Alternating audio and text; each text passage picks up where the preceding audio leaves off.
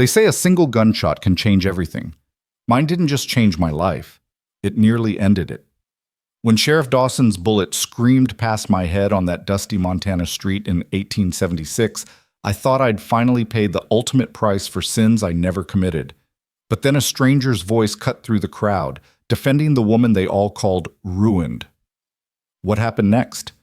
Stay with me until the end of this story, and drop a comment with your city so I can see how far this tale of redemption travels across this broken, beautiful world.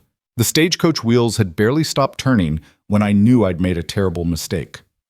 Willow Creek, Montana Territory stretched before me like a faded photograph. Weathered storefronts lined a single dirt street, their paint peeling under the relentless summer sun.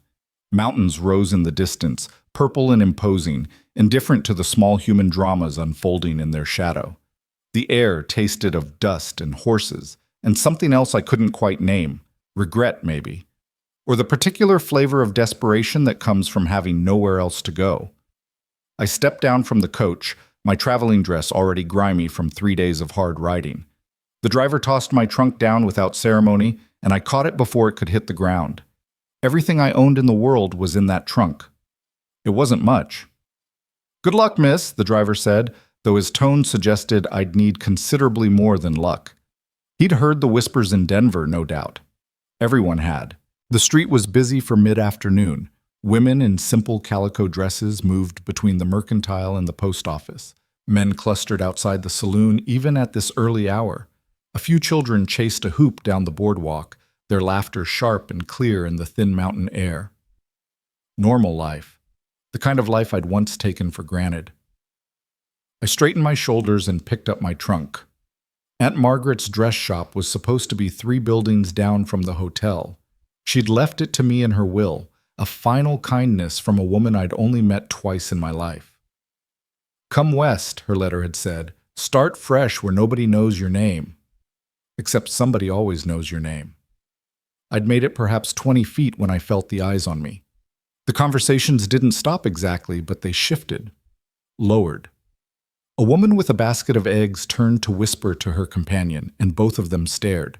A man in a black suit, the banker, I'd learn later, paused mid-stride and studied me with the cold calculation of someone assessing damaged goods.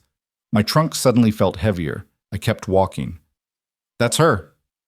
The voice carried across the street, loud enough to be heard by anyone who cared to listen. And in a town this size, everyone cared to listen. "That's the Blake woman from Denver." I didn't turn around. Didn't acknowledge I'd heard. I'd learned in the past 6 months that silence was often the only defense available to women like me. "Heard she seduced her employer's husband," another voice chimed in. Female this time, which somehow stung worse. "Right under his wife's nose. Then acted all innocent when she got caught. The nerve showing her face here." My hands tightened on the trunk handle. "Keep walking, Eleanor. Just keep walking." I'd almost made it to the dress shop when I heard the footsteps behind me. Heavy boots on wooden planks, moving with deliberate purpose. My heart started hammering, but I forced myself to keep my pace steady. Don't show fear. Don't give them the satisfaction. "Miss Blake." The voice was male, authoritative. I turned slowly, keeping my expression neutral. The man wore a sheriff's star pinned to his vest. He was somewhere in his 40s, with a thick mustache and eyes that had seen too much and forgiven too little. Behind him stood 2 deputies, both young enough to still find cruelty entertaining. "Sheriff," I said evenly. "Heard you were coming to town." He hooked his thumbs in his belt, a gesture of casual power. "Thought maybe you'd reconsidered. Thought maybe you'd realized you weren't welcome here." A crowd was gathering. Of course it was. This was better than the traveling show that came through once a year. "My aunt left me property here," I said, proud that my voice didn't shake. "I have every legal right to claim it."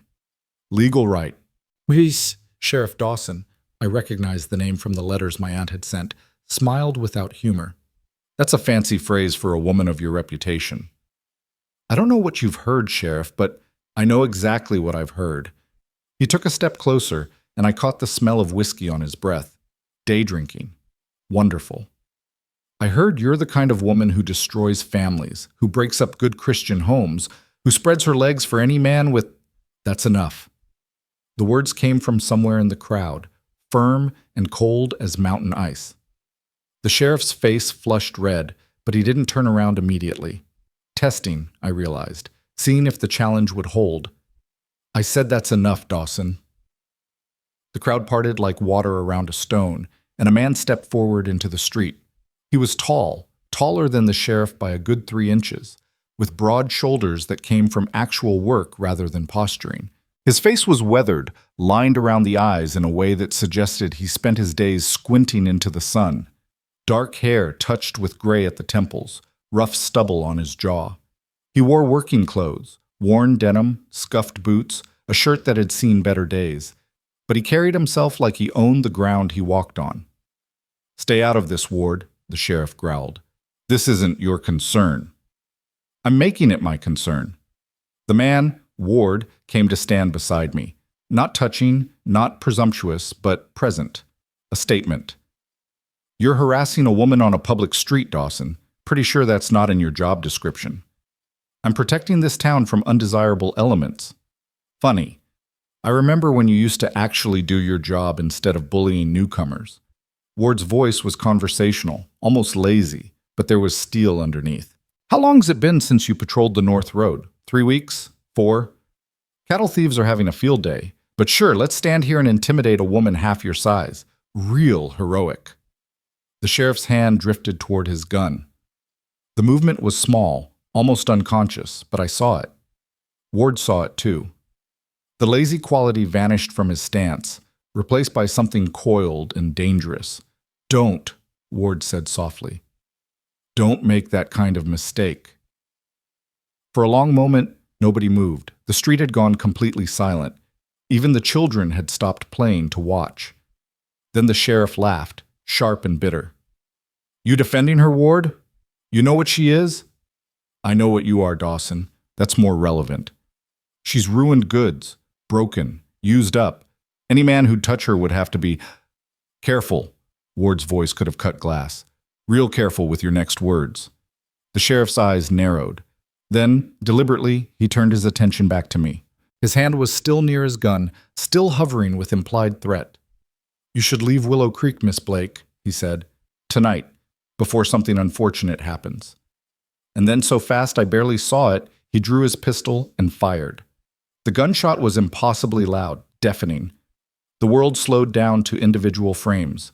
The flash of gunpowder, the kick of the sheriff's hand, the whistle of the bullet passing so close to my head that I felt the heat of it against my temple. I didn't scream, couldn't scream. My body locked up completely, every muscle frozen. The bullet struck the wall behind me, sending splinters of wood flying. In the sudden ringing silence that followed, I heard those splinters patter to the ground like rain. "Jesus Christ!" Someone in the crowd gasped. Ward moved. One moment he was beside me, the next he had crossed the space between himself and the sheriff. His hand clamped around Dawson's wrist, forcing the gun toward the ground. "Are you out of your goddamn mind?" Ward's voice was low, dangerous. "You could have killed her." "Could have." The sheriff met his eyes without flinching. "Didn't. Just wanted to make a point about what happens to her kind in this town." "Her kind." Ward released the sheriff's wrist like it burned him. "And what kind is that exactly?" "The broken kind. The ruined kind. The kind that brings nothing but trouble wherever they go." Dawson holstered his weapon with deliberate slowness. "I'm doing you a favor, Ward. Stay away from this woman. She'll destroy you like she destroyed that family in Denver." "Is that right?" Ward's jaw was tight, muscle jumping beneath the skin. "Well then, I guess I should be grateful for your concern, Sheriff." "I mean it, Ward. This woman is poison." Ward turned to look at me then, really look at me, for the first time since he'd stepped into this nightmare. His eyes were brown, I noticed. Deep brown, like the earth after rain. And in them I saw something I hadn't seen in 6 months. Not pity, not disgust, but simple curiosity. Assessment without judgment. Then he turned back to the sheriff and smiled. It wasn't a nice smile. "You know what, Dawson? I appreciate the warning. Truly, I do." He paused, letting the moment stretch. "But I've always had a fondness for broken things.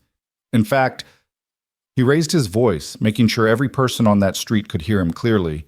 From now on, broken goods are the only kind I'll ever buy again. The street erupted. Gasps, exclamations. The sheriff's face turned purple with rage. You're making a mistake, Ward. Probably. Ward shrugged. Won't be my first. Won't be my last.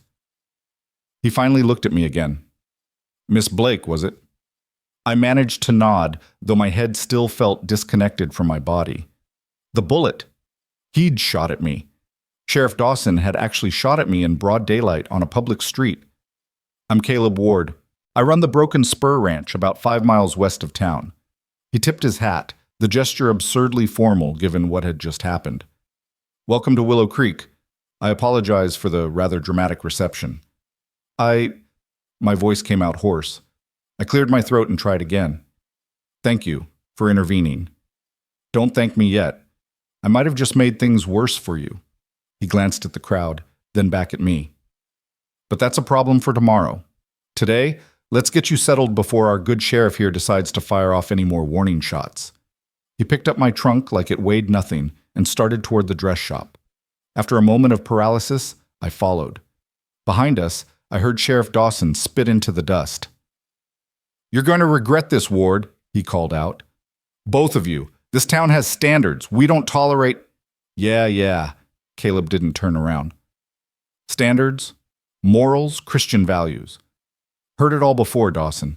Funny how those standards never seem to apply when you're 3 drinks deep at Martha's place on Friday nights.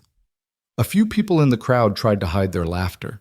The sheriff's face went from purple to nearly black, but he didn't follow us.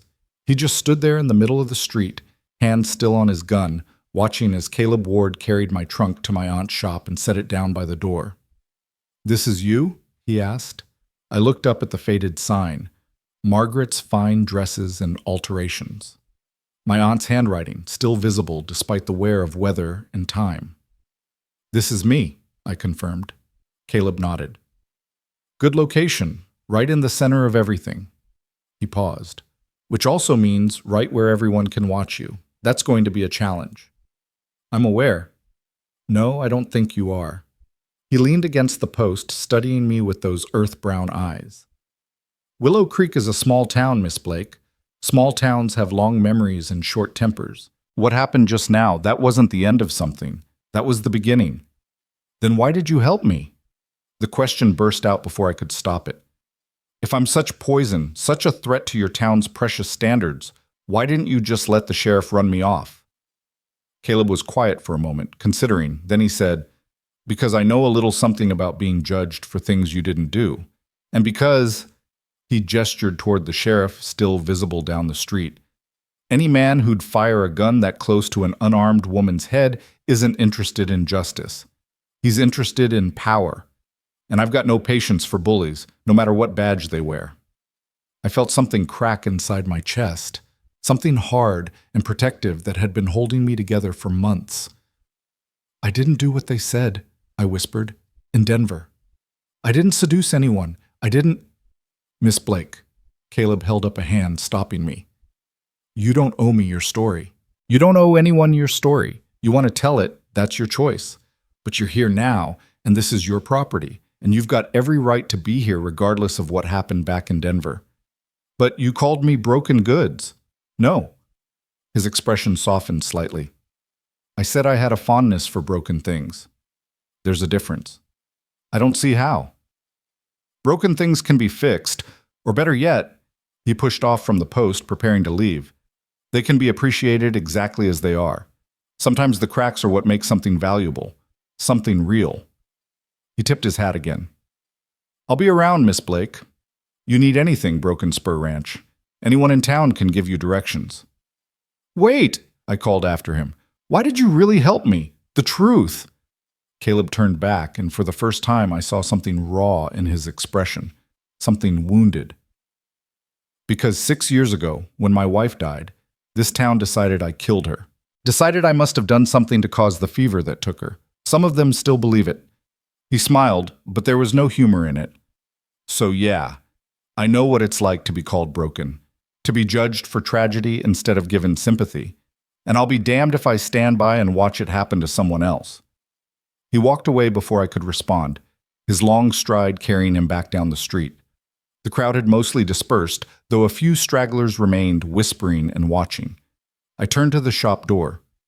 The key my aunt's lawyer had sent was in my reticule, heavy and old-fashioned. I fitted it into the lock with shaking hands. The door swung open, and the smell hit me first.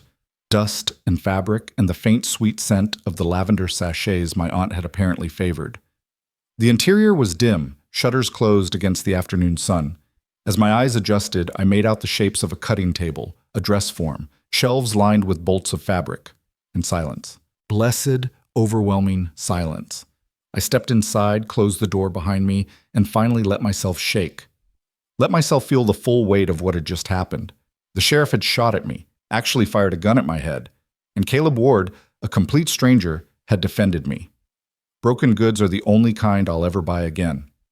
The words echoed in my head as I sank down onto a wooden stool, my legs suddenly unable to hold me upright. What had he meant by that? Was it kindness? Mockery? Some strange Western code I didn't understand? I didn't know. Couldn't know. All I knew was that I was here, in this dusty shop, in this hostile town, with nothing but a trunk full of clothes and a stranger's cryptic declaration standing between me and complete disaster. Outside, I heard footsteps on the boardwalk, voices passing by. Did you see that? Ward defending that woman? Fool's going to regret it, mark my words. Maybe she's got her hooks in him already. That's what her kind does. I closed my eyes and breathed deeply, trying to calm the racing of my heart. This was going to be so much harder than I'd thought. The next morning arrived with cruel cheerfulness. Bright sunshine streaming through the gaps in the shutters, birds singing in the cottonwood trees outside, the whole world pretending yesterday hadn't happened.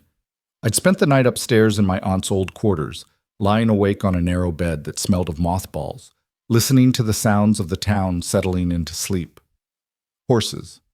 Distant laughter from the saloon, a dog barking. Normal sounds, safe sounds. But every time I closed my eyes, I heard that gunshot, felt the heat of the bullet passing by my face. By dawn, I'd given up on sleep entirely. I rose, washed in cold water from the basin, and dressed in my simplest work dress, dark blue cotton, practical and unremarkable. If I was going to survive in Willow Creek, I needed to become invisible, unremarkable. The opposite of the scarlet woman they all believed me to be. The shop needed work. A lot of work. I spent the morning opening shutters, sweeping floors, taking inventory of what my aunt had left behind.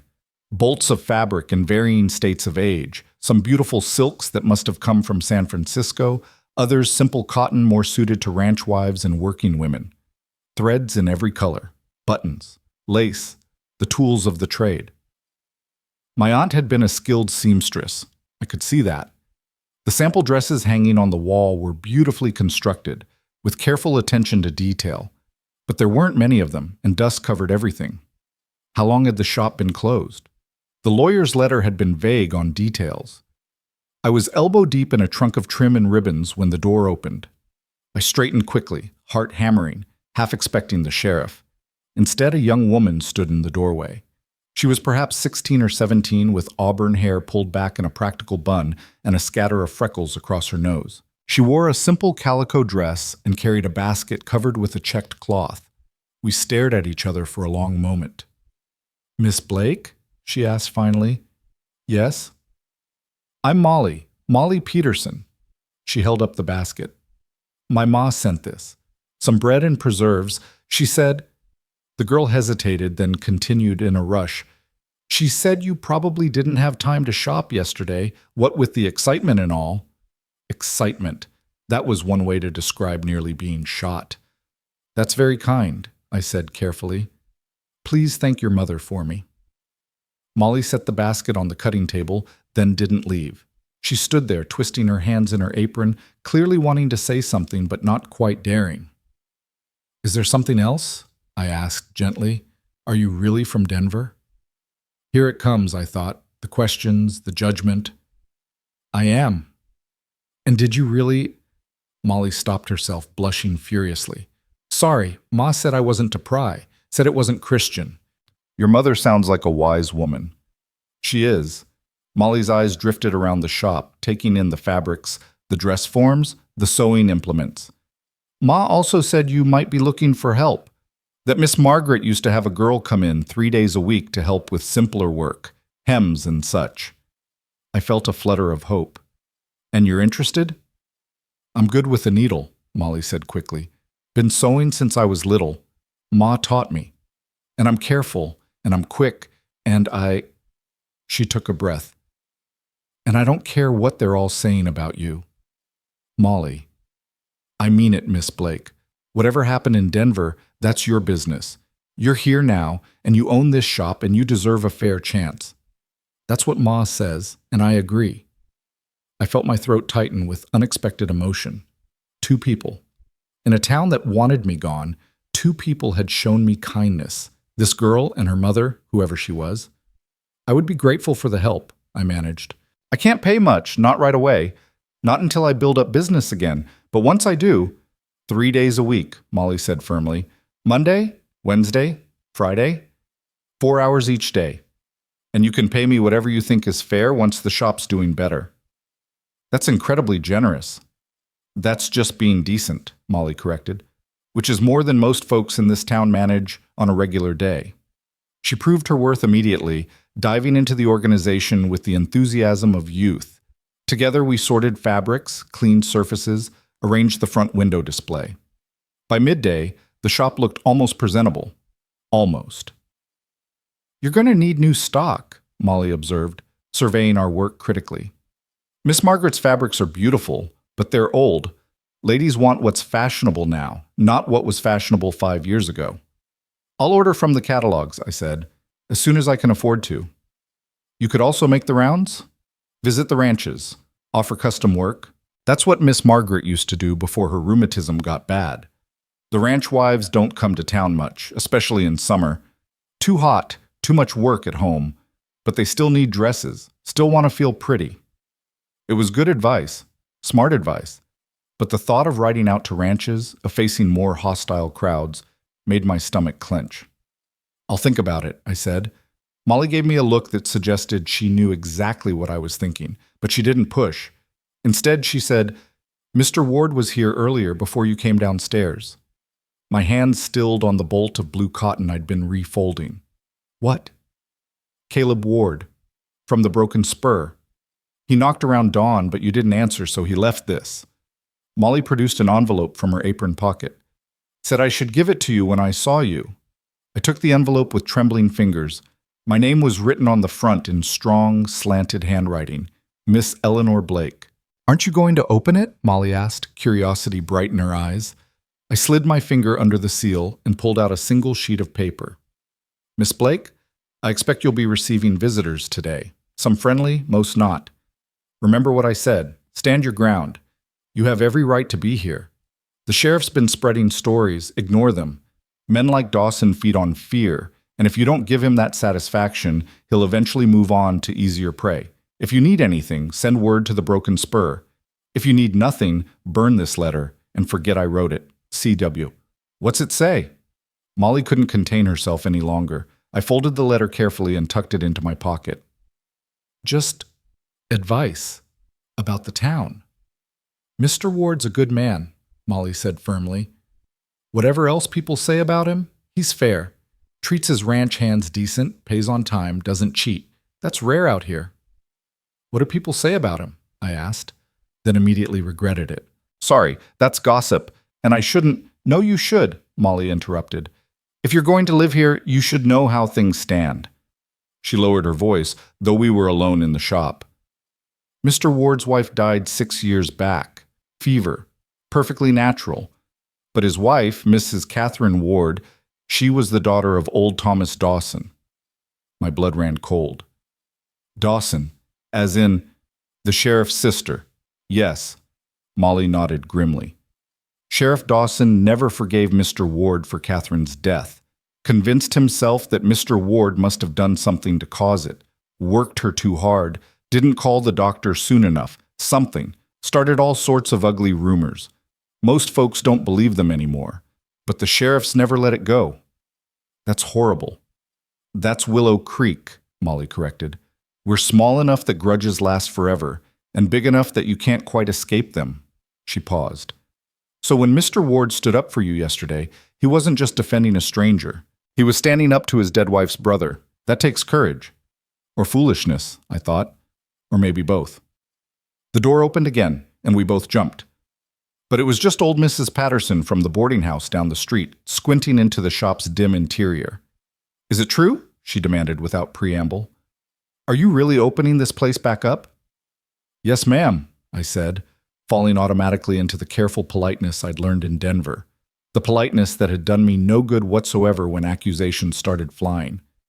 I'm Eleanor Blake, Margaret's niece. I'll be continuing her business.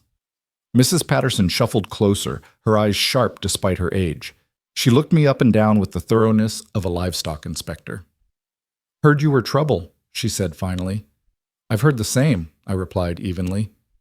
That surprised her. Her eyebrows shot up, disappearing into her gray hair.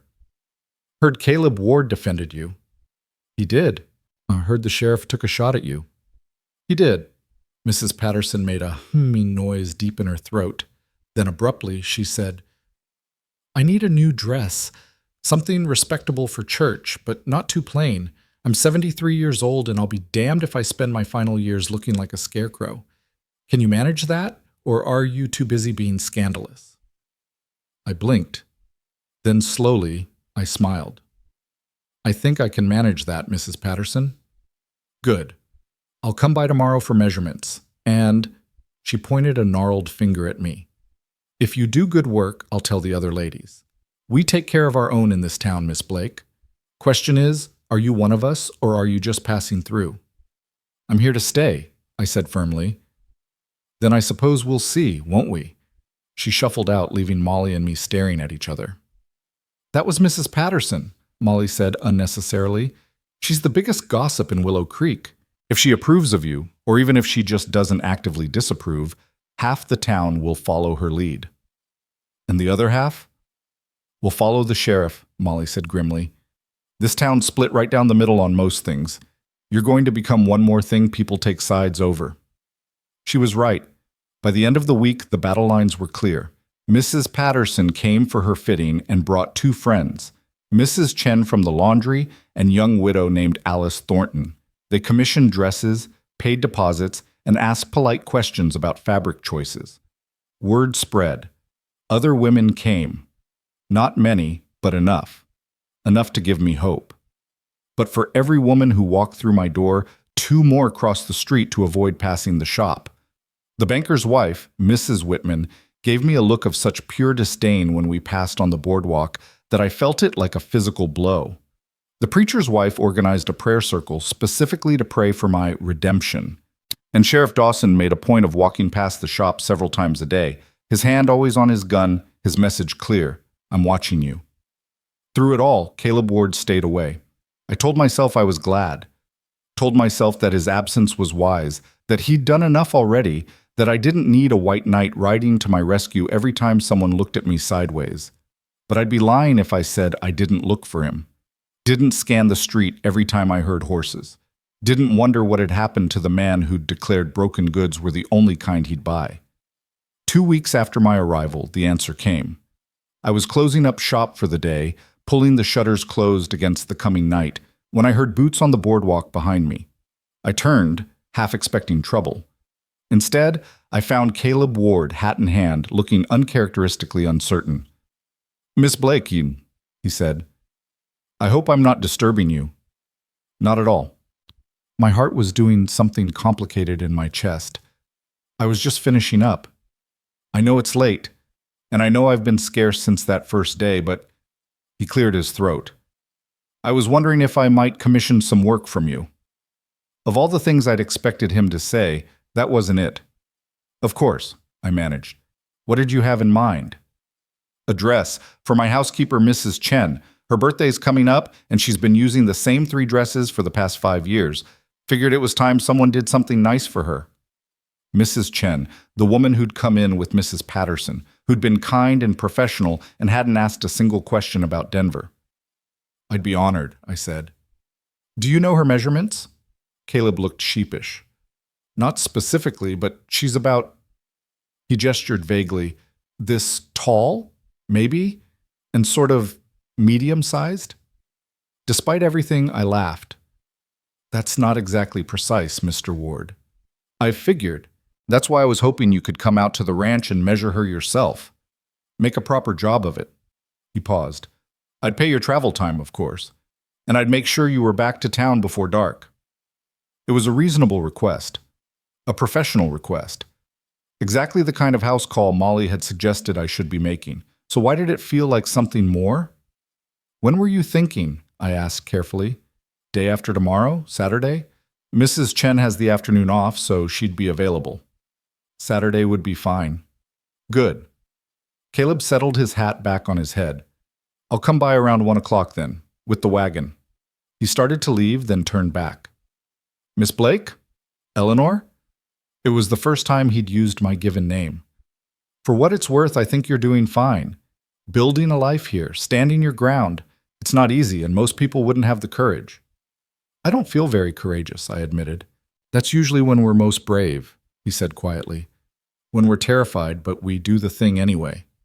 Then he was gone, disappearing into the gathering dusk, leaving me standing alone on the boardwalk with my heart racing and my mind spinning with questions I didn't dare ask. Saturday came too quickly and too slowly at the same time. I dressed carefully, my green traveling dress, practical but pretty, with my hair pinned up neatly beneath my bonnet. Professional, businesslike. Absolutely not like a woman who'd spent the past 2 days thinking about earth-brown eyes and strong hands and the way Caleb Ward's voice got quiet when he talked about courage. He arrived precisely at 1 o'clock with a sturdy wagon and a pair of horses that looked well cared for. He helped me up onto the seat without comment, his hand warm through my glove. The ride to the broken spur took 40 minutes, following a dusty road that wound between hills covered in sagebrush and wildflowers. Caleb didn't talk much, but the silence was comfortable rather than awkward. He pointed out landmarks, a creek where the fishing was good, a stand of aspens that turned gold in the fall, the spot where he'd once seen a mountain lion. You're not from Montana originally, I observed. Texas. Born and raised. He smiled slightly. Came north after the war. Wanted to start fresh somewhere that didn't have quite so many ghosts. Did it work? For a while. His expression darkened. Then Catherine died, and I realized ghosts follow you wherever you go. I'm sorry for your loss. It was 6 years ago. That doesn't make it hurt less, I said quietly. He looked at me then, really looked at me, and something passed between us. Understanding, recognition, the particular knowledge that comes from shared grief. No, he agreed, it doesn't. The broken spur ranch appeared over a rise, a collection of sturdy buildings arranged around a central yard. The main house was larger than I'd expected, with a wide porch and real glass windows, barns, corrals, a bunkhouse for the hands. It was prosperous, well-maintained, the kind of place that spoke of hard work and careful management. Mrs. Chen came out to meet us, wiping flour-covered hands on her apron. When she saw me, her weathered face creased into a smile. Miss Blake, Mr. Ward said you'd be coming, but I wasn't sure if he was serious. Very serious, Caleb said, helping me down from the wagon. It's your birthday present, and I won't hear any arguments about it. We spent the next hour in comfortable domesticity. Mrs. Chen and I in her room while I took measurements and discussed fabric options and style preferences. She wanted something practical, but pretty, she said. Something that wouldn't show dirt too easy, but would still make her feel like a woman instead of just a cook. I knew exactly what she meant. When I emerged from Mrs. Chen's quarters, measurements and notes safely tucked in my reticule, I found Caleb waiting on the porch with 2 glasses of lemonade. Thought you might be thirsty, he said, handing me one. We sat in the porch chairs watching the afternoon shadows lengthen across the yard. Ranch hands moved between buildings, tending to evening chores. Cattle lowed in the distance. A dog, some kind of shepherd mix, sprawled in the dust by the porch steps, tongue lolling. It's peaceful here, I said. It is now, wasn't always. Caleb took a long drink of his lemonade. When Catherine first got sick, this place felt like a prison. Every room reminded me of her. Every corner held a memory I couldn't escape. I almost sold it, almost packed up and moved even further west. What stopped you? Stubbornness, mostly. He smiled wryly, and the realization that running doesn't actually solve anything. You can change your location, but you take yourself with you. All your pain, all your regrets. They don't care about geography. Is that why you defended me? The question escaped before I could stop it. Because you understood what it was like to be judged unfairly? Caleb was quiet for so long I thought he wasn't going to answer. Then he said, I defended you because what the sheriff did was wrong. Simple as that. But yes, I understand something about false accusations. About having a whole town decide they know your story better than you do. Do you want to know my story? I asked quietly. The real one? Only if you want to tell it. So I did. There, on Caleb Ward's porch, with the Montana sun sinking toward the mountains and evening coming on gentle and cool, I told him everything. I told him about my job in Denver, working as a governess for the Montgomery family, about how Mr. Montgomery had started making advances, subtle at first, then increasingly bold, about how I'd rejected him firmly, professionally, repeatedly, about how his wife had eventually caught him cornering me in the library, his hands on my arms, his mouth seeking mine while I pushed him away. I told him how Mrs. Montgomery had screamed, how the household had erupted in chaos, how Mr. Montgomery had claimed I'd seduced him, that I'd been throwing myself at him for months, that his wife had caught us mid-affair. I told him about being dismissed without references, about the rumors that spread through Denver like wildfire, about how no one would hire me, how former friends crossed the street to avoid me, how landlords suddenly had no rooms available when they heard my name. I told him everything, and when I was done, my throat was raw and my eyes were burning with unshed tears. Caleb didn't say anything for a long moment, just sat there, glass of lemonade sweating in his hand, eyes fixed on the horizon. Then he said, Thank you for telling me. You believe me? The question came out smaller than I'd intended. He turned to look at me and his expression was fierce. Of course I believe you. Why wouldn't I? Everyone else in the world didn't see how you handled yourself when Dawson shot at you, Caleb interrupted. Didn't see how you've built a business from nothing in a hostile town. Didn't watch you treat Mrs. Chen with such kindness and respect despite everything you're dealing with. He set his glass down with deliberate care. I don't know much, Eleanor Blake, but I know character when I see it. And yours is solid steel. Something cracked inside me then, some last wall I'd been holding up against the world. I turned away quickly, pressing my hand to my mouth, trying to hold back the sob that wanted to escape. Caleb's hand settled warm and solid on my shoulder. Not presumptuous, not romantic, just present, steady. You're going to be fine, he said quietly. It's going to be hard, and it's going to take time, but you're going to be fine. You know how I know? I shook my head, not trusting my voice. Because you're already doing it. You're already building a life here, already making friends, already standing your ground despite everything this town's throwing at you. His hand squeezed gently. That's not breaking, Eleanor. That's bending without snapping. That's the strongest thing a person can do. I managed to get myself under control, wiping my eyes with the back of my hand. I'm sorry, I don't apologize. You've earned the right to a few tears. We sat there until the sun touched the mountains, painting the sky in shades of rose and gold. Then Caleb drove me back to town, the horses moving at a comfortable walk, in no particular hurry. When we reached the dress shop, he helped me down from the wagon and said, Mrs. Chen's dress. Do you have everything you need? I do. I'll have it ready in 2 weeks. Perfect. He hesitated, hat in hand. Eleanor, there's a harvest dance coming up, 3 weeks from Saturday. The whole town attends. It's tradition. And I was wondering if you might, that is, if you'd like to... He trailed off, looking uncharacteristically flustered. Are you asking me to accompany you to the dance, Mr. Ward? Caleb, he corrected. And yes, I am. Though I should warn you, if you say yes, you'll be making a statement. People will talk. They'll probably talk badly. They already talk badly, I pointed out. Fair point. He smiled. So, will you come?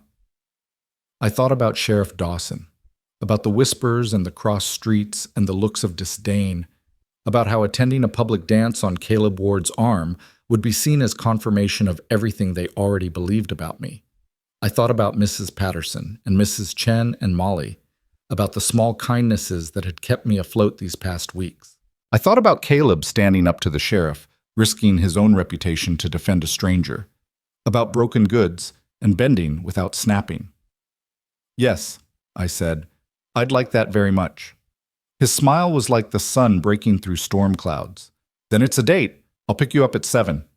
He drove away, leaving me standing in front of the shop with my heart racing and a smile I couldn't quite suppress. Behind me, I heard a window close with a sharp snap. Mrs. Whitman, I saw, had been watching from the boarding house across the street. Her expression was cold enough to freeze water. Let her watch, I thought. Let them all watch. I was done apologizing for things I hadn't done. Done shrinking myself to fit their expectations. Done running from judgments I didn't deserve. If Willow Creek wanted a scandal, I'd give them something better. I'd give them the truth. I'd show them that Eleanor Blake wasn't broken, wasn't ruined, wasn't anything except a woman trying to build an honest life. And if a certain rancher with earth-brown eyes wanted to stand beside me while I did it, well, that was just an unexpected gift in a season that had been painfully short on kindness. I went inside, lit the lamps, and got to work on Mrs. Chen's dress. There was measuring to do, patterns to draft, fabric to cut, and in 3 weeks there would be a dance. The thought made me smile all over again. The 2 weeks passed in a blur of needle and thread, measurements and fittings, quiet mornings and anxious evenings. Mrs. Chen's dress took shape under Eleanor's hands, a deep burgundy cotton with black piping and mother-of-pearl buttons she'd found in the very back of her aunt's supply chest. It was elegant without being ostentatious, the kind of dress that would make a hard-working woman feel beautiful without making her feel foolish. Molly declared it perfect when Eleanor finished the final hem on a Wednesday afternoon, the sunlight streaming through the shop windows turning the burgundy fabric nearly crimson. Mrs. Chen's going to cry when she sees it, Molly predicted, running her fingers along the careful stitching. It's the prettiest thing I've seen all year. I hope she likes it, Eleanor said, though privately she was proud of the work. It had been months since she'd sewn anything this elaborate. Months since she'd had the mental space to focus on creating something beautiful rather than just surviving. She'll love it. And more importantly, Molly's eyes gleamed with mischief. Mr. Ward's going to see it when he comes to pick it up, and he's going to realize what talented hands you have, and then, Molly Peterson, you are entirely too romantic for your own good. Maybe, Molly conceded cheerfully. But I'm not wrong. Everyone in town knows he asked you to the harvest dance. Mrs. Patterson told my ma, who told Mrs. Willis at the mercantile, who told basically everyone with ears. It's the most exciting thing that's happened since the Miller twins got caught stealing pies from the bakery. Eleanor's stomach twisted with anxiety. She'd been trying not to think too much about the dance, about what it meant, about how the town would react. But Molly's words made it impossible to ignore. Do you think I'm making a mistake? She asked quietly. Going with him? Molly's expression turned serious. I think you're doing exactly what you should be doing, living your life. You like Mr. Ward, don't you? I barely know him. That's not what I asked. Eleanor set down her scissors and met Molly's eyes. Yes, she admitted, I like him. He's kind and honest, and he sees me as a person instead of a scandal. But that doesn't mean, then that's all that matters, Molly interrupted firmly. The rest is just noise, Miss Blake. Just people with too much time and too little charity talking because it makes them feel important. You can't live your life trying to please them. You'll drive yourself mad trying. The girl was wise beyond her years, Eleanor thought, or maybe just practical in the way young people often were, unencumbered by the weight of experience and disappointment. Before she could respond, the shop door opened and Caleb Ward stepped inside, hat in hand, looking slightly windblown from the ride into town. Ladies, he greeted them both with a nod. Hope I'm not interrupting. Not at all, Eleanor managed, acutely aware that her hair was coming loose from its pins and she had thread marks on her fingers. Mrs. Chen's dress is ready, actually. Let me get it for you. She disappeared into the back room where the dress hung carefully wrapped in muslin, taking an extra moment to compose herself. Why did the sight of Caleb Ward make her feel like a schoolgirl? She was 26 years old, for heaven's sake. She'd survived scandal and unemployment and a sheriff's bullet. She should be well past the point of getting flustered by a handsome rancher with kind eyes. But when she returned to the main room and saw him talking quietly with Molly, laughing at something the girl had said, her heart did that complicated thing in her chest again. "Here it is," she said, laying the wrapped dress on the cutting table.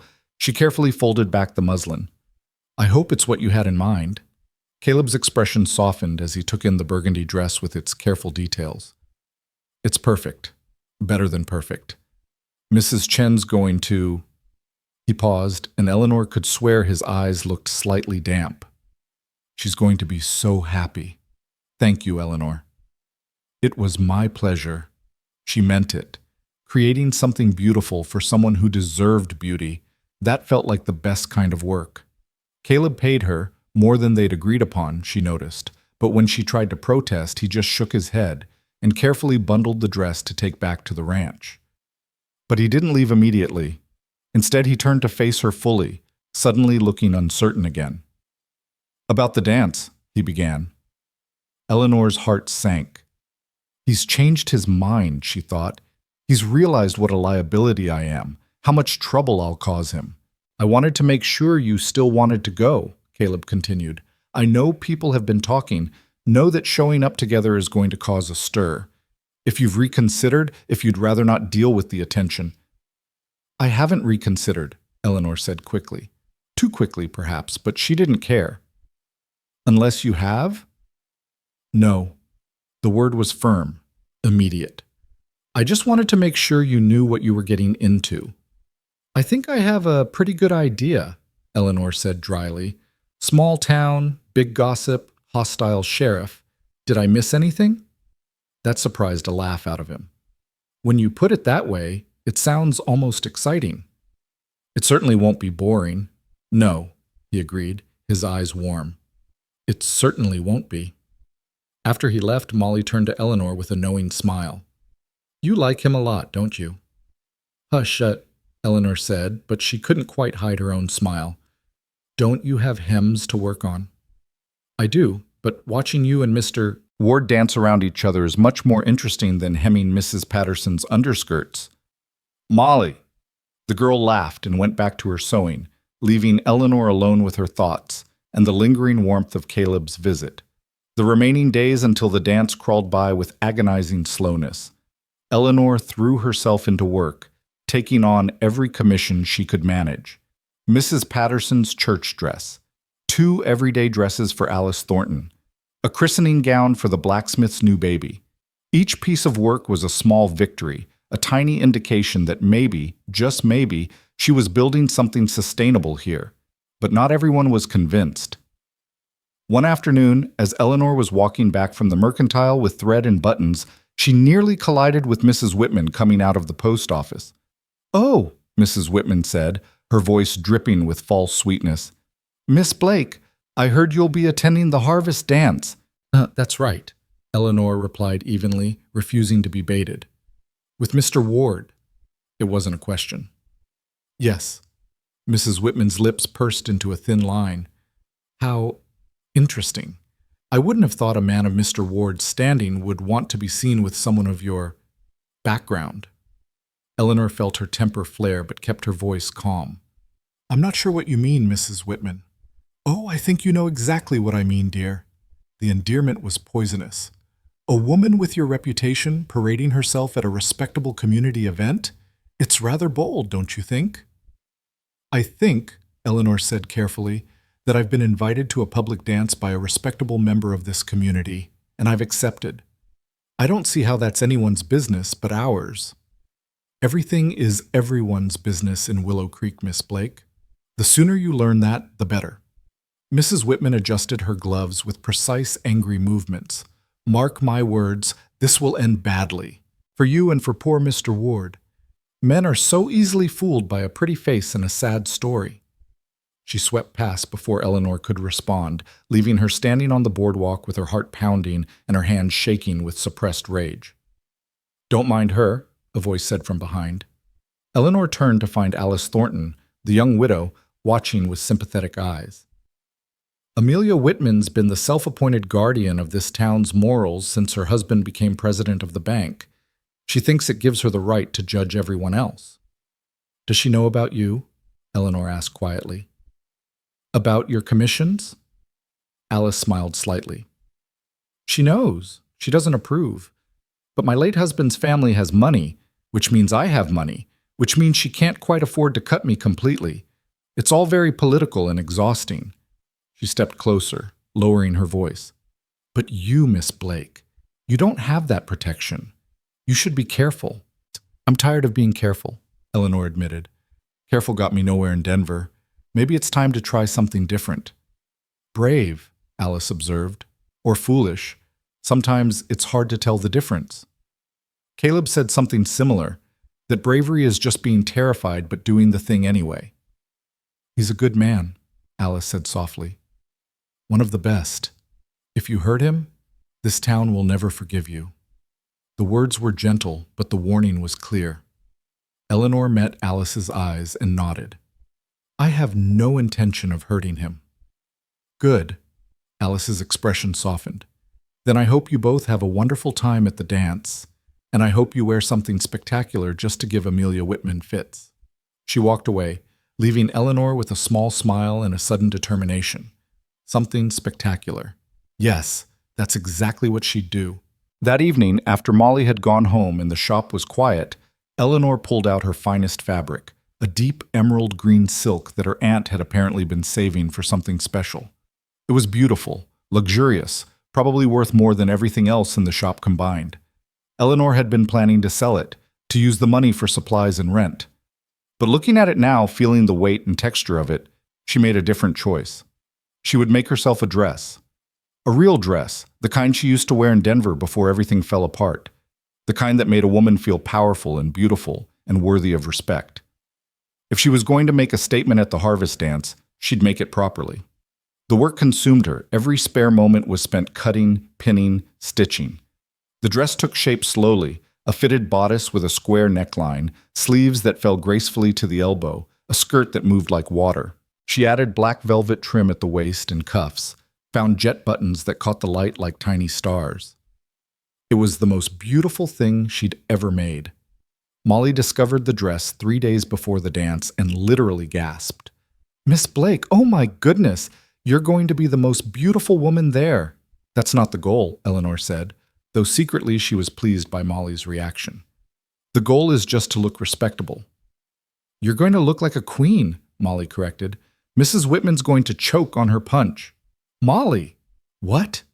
It's true. And you know what? Good. She deserves it. The girl's expression turned fierce. You deserve to feel beautiful, Miss Blake. After everything you've been through, you deserve to walk into that dance hall with your head high and show everyone exactly what they've been missing. Eleanor felt her eyes burn with unexpected tears. When did you get so wise? I learned from the best, Molly said simply, and went back to her hemming. Saturday arrived with perfect weather, clear blue skies and temperatures that promised a comfortable evening. Eleanor spent the day in a state of nervous anticipation, alternating between excitement and terror. What if something went wrong? What if the sheriff caused a scene? What if she tripped on her hem or spilled punch on her dress or said something foolish? What if Caleb looked at her in the emerald silk and regretted asking her? By the time 7 o'clock approached, she'd nearly worked herself into a panic. But then she looked at herself in the mirror, really looked, and something settled inside her. The woman in the mirror was elegant, poised, beautiful in a quiet, confident way that had nothing to do with trying to please anyone else.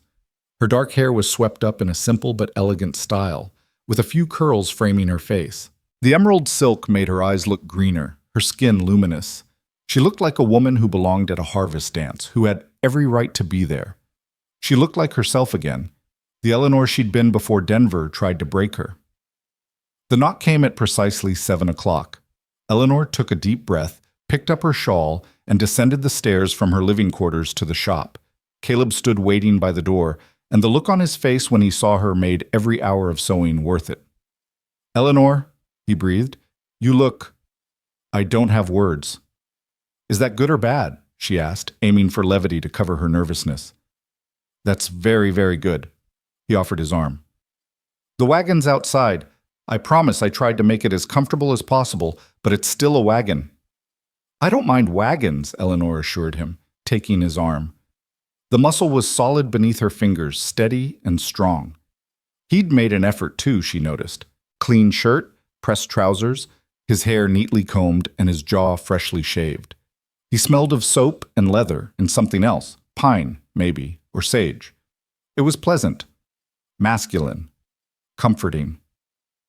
The ride to the dance was held in the community hall on the edge of town, took only 15 minutes, but it felt both longer and shorter than that. They talked about small things, the weather, the ranch, Mrs. Chen's delight with her dress, easy conversation that filled the space without demanding too much. But underneath it all, Eleanor felt the weight of what they were doing, the statement they were making, the line they were crossing. As they approached the hall, they could hear music drifting out into the evening air, fiddle and guitar, someone's clear voice singing about lost love and long roads. Lanterns hung from the eaves, casting warm pools of light. People milled around outside, talking and laughing, dressed in their finest. The conversation stopped when Caleb's wagon pulled up. Eleanor felt every eye turned toward them, felt the weight of judgment and curiosity and hostility. Her hand tightened on Caleb's arm. "Steady," he murmured, too quiet for anyone else to hear. "Remember what I said. You have every right to be here." "Do I?" she whispered back. "Yes." He helped her down from the wagon, his hands gentle but sure. "And I'm right here with you, every step." They walked toward the hall entrance together, and the crowd parted like the Red Sea. Whispers followed them, some shocked, some scandalized, some simply curious. Eleanor kept her chin up and her expression serene, even though her heart was hammering so hard she thought everyone must be able to hear it. Sheriff Dawson stood by the entrance, and his face darkened when he saw them approach. "Ward," he said flatly. "Miss Blake." "Sheriff," Caleb returned, his voice pleasant but firm. "Lovely evening for a dance." "Didn't think you'd actually bring her," Dawson said, ignoring Eleanor completely. "Thought maybe you'd come to your senses." "My senses are perfectly intact, thank you." "Are they?" The sheriff's hand drifted toward his gun. Not threatening exactly, but not threatening either. "Because from where I stand, you're making a damn fool of yourself over a woman who—" "Careful," Caleb interrupted, and suddenly all the pleasantness was gone from his voice. "Very careful with your next words, Dawson. We're at a community event, families present, children. You really want to make a scene here?" The two men stared at each other, the tension thick enough to cut. Eleanor held her breath. Then Mrs. Patterson appeared in the doorway, moving surprisingly fast for her age. "Are you two going to stand here measuring yourselves all night, or are you going to let people into the dance?" she demanded. "Move aside, Tom Dawson. You're blocking the entrance." The sheriff's jaw tightened, but he stepped aside. Mrs. Patterson took Eleanor's other arm with proprietary firmness. "Come along, dear. I want you to meet some people." She shot a glare at the sheriff. "People with actual manners and Christian charity." Eleanor found herself swept into the hall before she could fully process what had happened. The interior was decorated with fall harvest themes: corn stalks and pumpkins, apples and wheat sheaves. Tables lined the walls, laden with food brought by various families. The musicians occupied a small stage at one end, and already several couples were dancing in the center of the room. It was warm and bright and festive, and for a moment Eleanor forgot all about the hostile stares and whispered comments. This was what community was supposed to feel like. This was what she'd been missing. Mrs. Patterson dragged her around the room, introducing her to people with the determination of a general deploying troops. Most of them were kind, or at least neutral, though Eleanor caught plenty of disapproving looks from the corners of the room. Mrs. Whitman stood with a cluster of other well-dressed women, all of them watching Eleanor with expressions ranging from disdain to outright hostility. But there were allies too. Mrs. Chen gave her a warm hug and thanked her again for the beautiful dress. Alice Thornton raised her glass in a subtle toast. Molly and her mother came over to chat, Molly barely able to contain her excitement about Eleanor's dress. Through it all, Caleb stayed close. Not hovering, not possessive, just present. A steady, comforting presence at her side. When the musician struck up a waltz, he turned to her with a slight bow.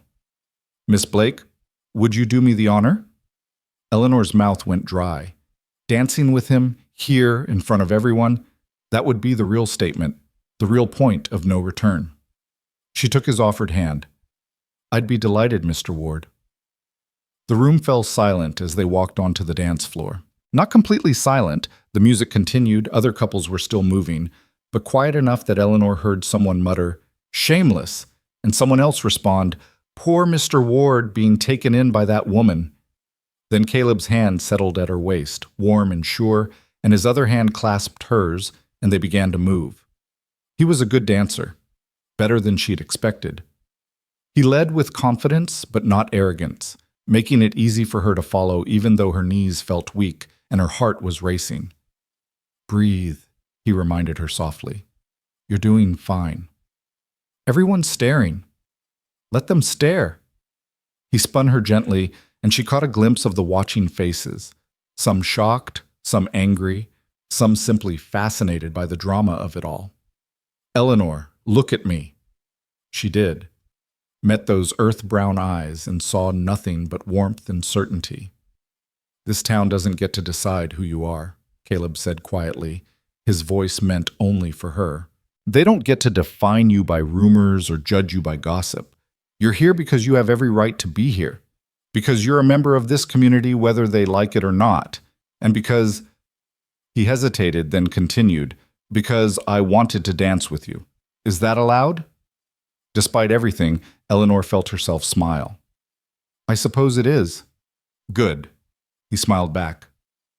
"Then that's all that matters." They danced through the waltz and into the next song, a livelier tune that had them moving faster, spinning and stepping in time with the music. Other couples joined them on the floor now, the spell of silence broken. Eleanor caught glimpses of familiar faces, Molly beaming at her, Mrs. Patterson nodding approval, Alice Thornton smiling softly. And Mrs. Whitman, her face pinched with disapproval, whispering furiously to her companions. The song ended and Caleb led Eleanor off the floor, his hand at the small of her back. They just reached the refreshment table when Sheriff Dawson appeared, a glass of punch in hand and whiskey clear on his breath. "Having fun, Ward?" he asked, his words slightly slurred. "Enjoying your evening with the Denver whore?" The room didn't go silent this time, but people nearby stopped talking, stopped moving, suddenly very interested in what was happening. Eleanor felt Caleb's hand tighten at her back, felt the tension flood his body. "Walk away, Dawson," Caleb said, his voice low and dangerous. "You're drunk, and you're about to do something you'll regret." "Oh, I won't regret this." The sheriff set down his glass with exaggerated care. "Someone needs to say what everyone's thinking. That woman," he pointed at Eleanor with unsteady finger, "destroyed a family in Denver, seduced a married man, spread her legs for her employer, and then played innocent when she got caught. And now she's here, working her way into our town, into our community, trying to do the same thing all over again." "That's enough," Mrs. Patterson snapped, pushing forward through the crowd. "Is it?" Dawson swung toward her. "Is it enough, Ruth? Or should we talk about how she's already got her claws into Ward here? How she's probably planning to trap him into marriage? Get her hands on the broken Spur? That's what women like her do. They destroy good men." Eleanor felt like she'd been punched. Every word was a blow, confirming her worst fears about what people thought of her. She wanted to run, to flee, to disappear into the night and never come back. But Caleb's hand was still at her back, steady and warm. And when she looked at his face, she saw not shame or embarrassment, but cold, controlled fury. "You need to shut your mouth right now," Caleb said, each word precise and hard. "Before you say something that crosses a line you can't uncross." "What line?" The sheriff laughed, bitter and ugly. "The line where I point out that you're making the same mistake my sister made? Catherine trusted you, Ward, married you, and look where that got her, 6 feet under before she turned 25. Now you're taking up with this. Don't." The single word cracked like a whip. "Don't you dare bring Catherine into this. Don't you dare use her memory as a weapon." "Why not? You killed her. Everyone knows it. You worked her to death on that ranch of yours, and when she got sick, you didn't even... Caleb moved so fast, Eleanor barely saw it. One moment he was standing beside her. The next he had the sheriff by the collar, their faces inches apart. "You listen to me, Tom Dawson, and you listen carefully," Caleb said, his voice quiet but carrying to every corner of the now silent room. "Catherine died of fever. The doctor confirmed it. The undertaker confirmed it. It was a tragedy, but it was an act of God, not an act of murder. And you know that. You've always known that.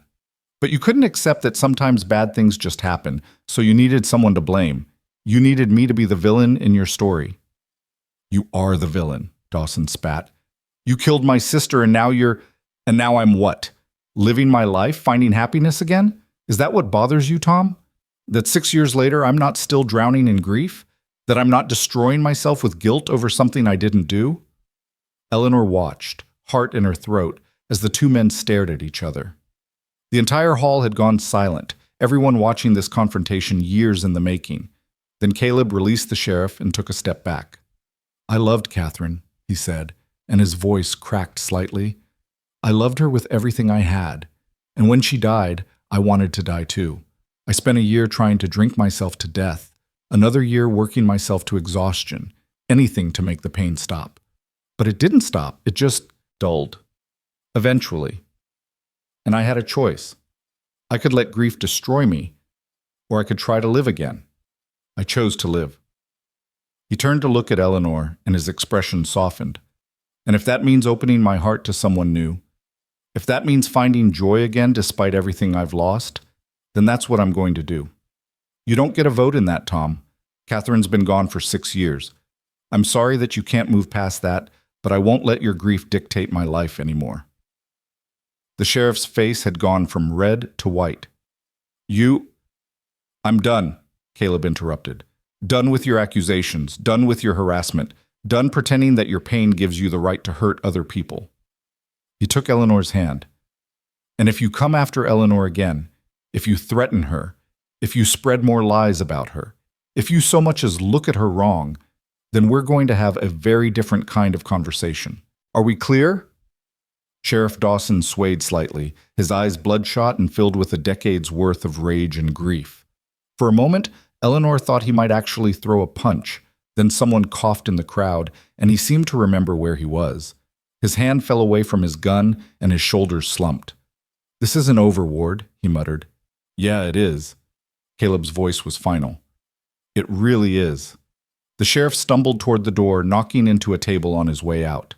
The crowd parted for him, and then he was gone, disappearing into the night. The hall erupted in whispers. Caleb turned to Eleanor, and she saw worry in his eyes. "I'm sorry, I didn't mean for—" "Don't apologize," Eleanor said firmly. She was shaking, but not from fear, from something else, something that felt almost like triumph. "Don't you dare apologize for defending yourself, for defending us." "But your reputation—" "My reputation was already ruined, remember?" She squeezed his hand. "At least now people know the truth. About Catherine. About what really happened." Mrs. Chen appeared beside them, her weathered face creased with concern. "Are you both all right?" "We're fine," Caleb assured her. "Good." Mrs. Chen's expression turned fierce. "Because Tom Dawson's been needed to hear those words for 6 years, and I'm glad someone finally said them. Catherine was a sweet girl, God rest her soul, but her death wasn't anyone's fault. Fever takes who it takes." Other people were approaching now. Mrs. Patterson, Alice Thornton, the blacksmith and his wife, even a few of the ranchers Eleanor didn't know. Not everyone.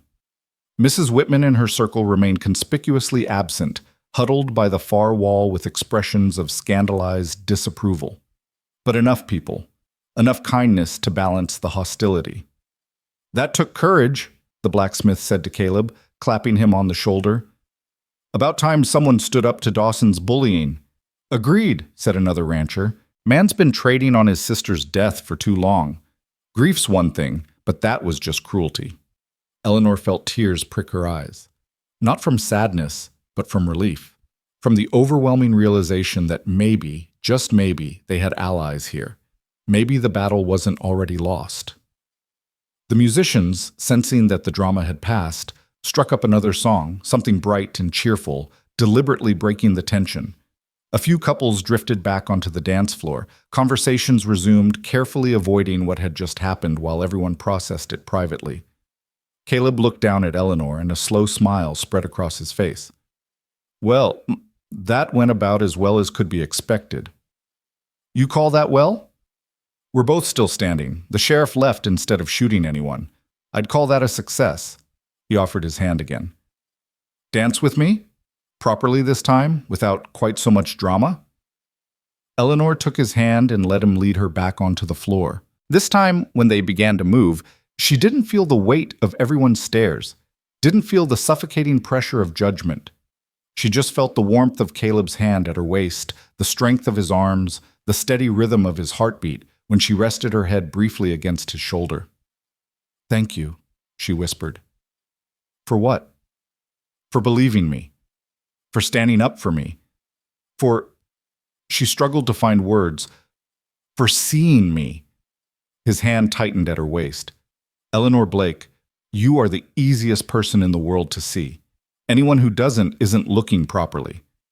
They danced until the musicians took a break, until Eleanor's feet ached and her face hurt from smiling. They ate apple cake and drank cider punch and talked with people who ranged from genuinely friendly to cautiously polite. Not everyone accepted Eleanor. The disapproving contingent remained firmly disapproving, but enough people gave her a chance that she began to believe she might actually build a life here. As the evening wound down and couples began drifting toward their wagons, Caleb retrieved Eleanor's shawl and draped it around her shoulders. Ready to face the ride home? He asked. More than ready. Eleanor was exhausted, emotionally wrung out, but also strangely at peace. Tonight was eventful. That's one word for it. They walked to the wagon together, Caleb's hand warm at the small of her back. The night air was cool and crisp, full of the smell of coming autumn. Stars blazed overhead, more than Eleanor had ever seen in Denver. So many they looked like someone had spilled diamonds across black velvet. The ride back to town was quiet, both of them lost in their own thoughts. But when Caleb helped her down from the wagon in front of the dress shop, he didn't immediately let go of her hands. Eleanor, he said softly, what I said to Dawson about opening my heart again, about finding joy, I meant that. Her breath caught.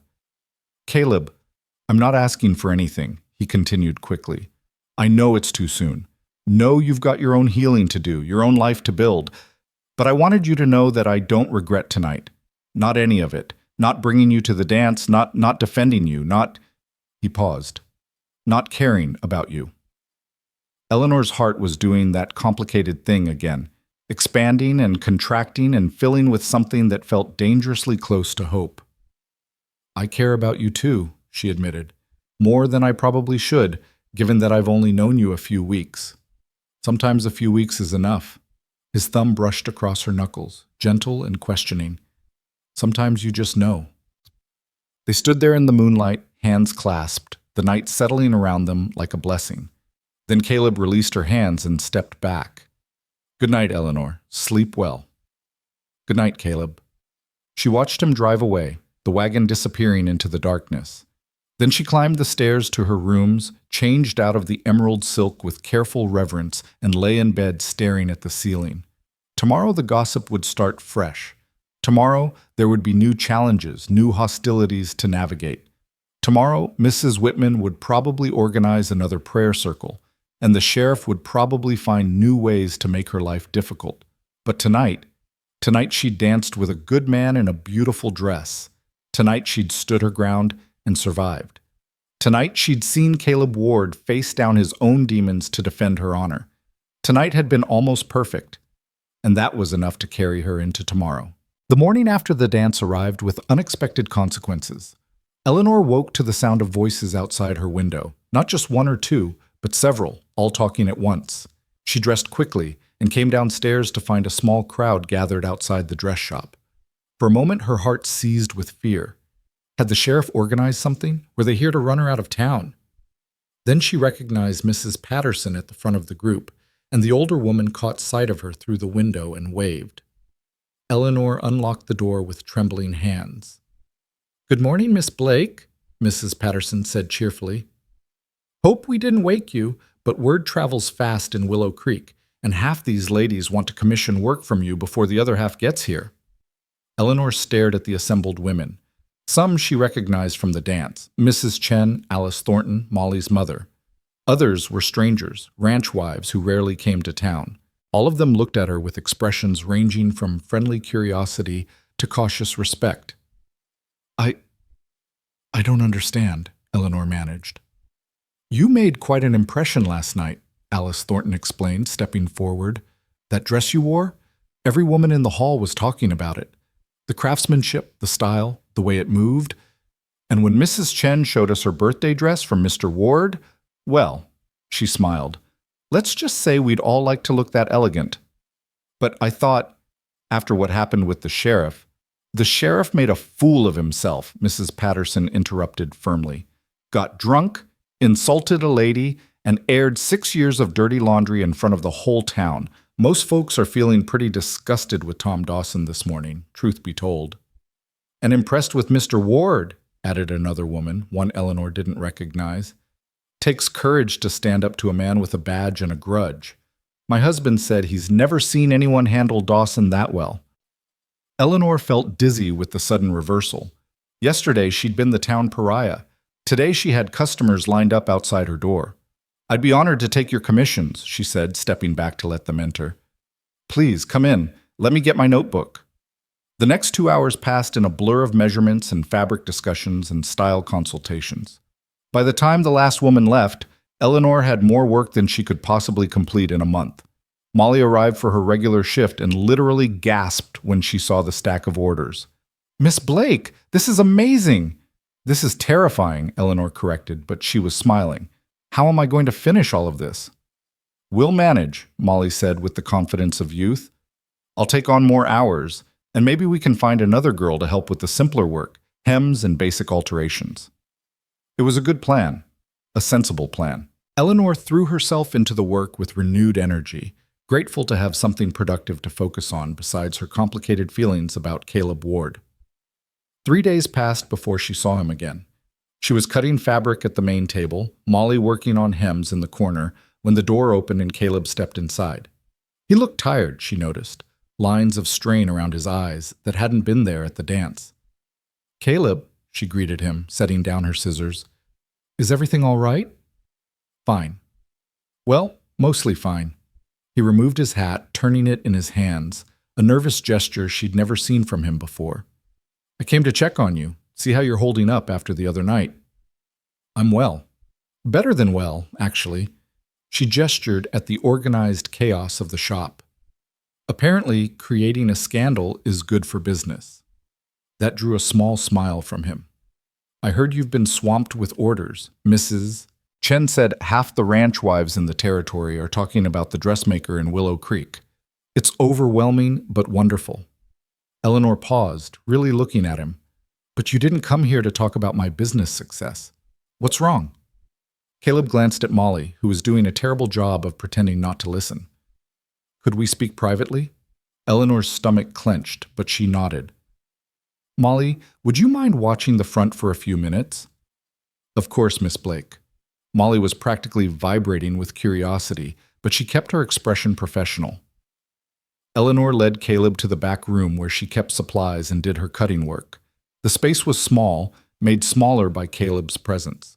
She could smell leather and sage and the faint tang of horse, scents that were becoming dangerously familiar. What happened? She asked quietly. Caleb set his hat on the cutting table and ran a hand through his hair. The sheriff's been making noise, talking about conducting an investigation into your background, bringing in someone from Denver to testify about what really happened with the Montgomery family. Eleanor felt the blood drain from her face. He can't do that. He has no authority to... He's the sheriff, Caleb interrupted gently. He can do pretty much whatever he wants, especially if he convinces the town council that you're a threat to public morals or some such nonsense. So what do I do? Eleanor heard the panic in her own voice and hated it. Do I leave? Run before he can... No. Caleb's hand caught hers, warm and solid. You don't run. Not this time. But if he brings someone from Denver, if they testify that then we'll deal with it. Together. His eyes were fierce. Eleanor, I meant what I said at the dance. I'm not abandoning you to face this alone. This isn't your fight, she protested weakly. Like hell it isn't. He squeezed her hand gently. Dawson's using you to get at me. This is absolutely my fight. Eleanor wanted to argue, wanted to tell him he'd already done enough, but the words wouldn't come. Because the truth was, she didn't want to face this alone, didn't want to run again, didn't want to lose the fragile life she'd started building here. What do we do? She asked instead. We wait, Caleb said. We go about our business. We don't give Dawson the satisfaction of seeing us scared, and, he hesitated, we prepare for the worst. Which is that someone from Denver actually comes. Someone who knew the Montgomerys, who heard their version of events. When that happens, you're going to have to tell your story, publicly. In front of the town council, probably, or Judge Wilson if it comes to that. The thought made Eleanor's stomach turn over. I can't. You can, Caleb corrected. You're the strongest person I know, Eleanor Blake. You survived scandal in Denver, you came west alone, you stood up to a sheriff with a gun, and you built a business from nothing in a hostile town. You can do this too. You have entirely too much faith in me. I have exactly the right amount of faith in you. He released her hand, but his eyes stayed locked on hers. And when the time comes, I'll be right there beside you. You won't face this alone. Eleanor felt tears prick her eyes and blinked them back furiously. Why? Why are you doing all this for me? Caleb was quiet for a long moment. Then he said, Because when Catherine died, this town turned on me, made up stories, spread rumors, treated me like a criminal. And I had no one. No one who believed me, no one who stood beside me. I was completely alone, and it nearly destroyed me. His voice roughened. I won't let that happen to you. I won't let you face that kind of isolation if I can help it. That's not the only reason, Eleanor said softly. It wasn't a question. No, he admitted. It's not. The air between them felt charged, heavy with things unsaid. Eleanor's heart was racing, her breath coming short. Caleb took a half step closer, and she could see the gold flecks in his brown eyes, the faint scar along his jaw, the way his gaze dropped to her mouth for just a moment before returning to her eyes.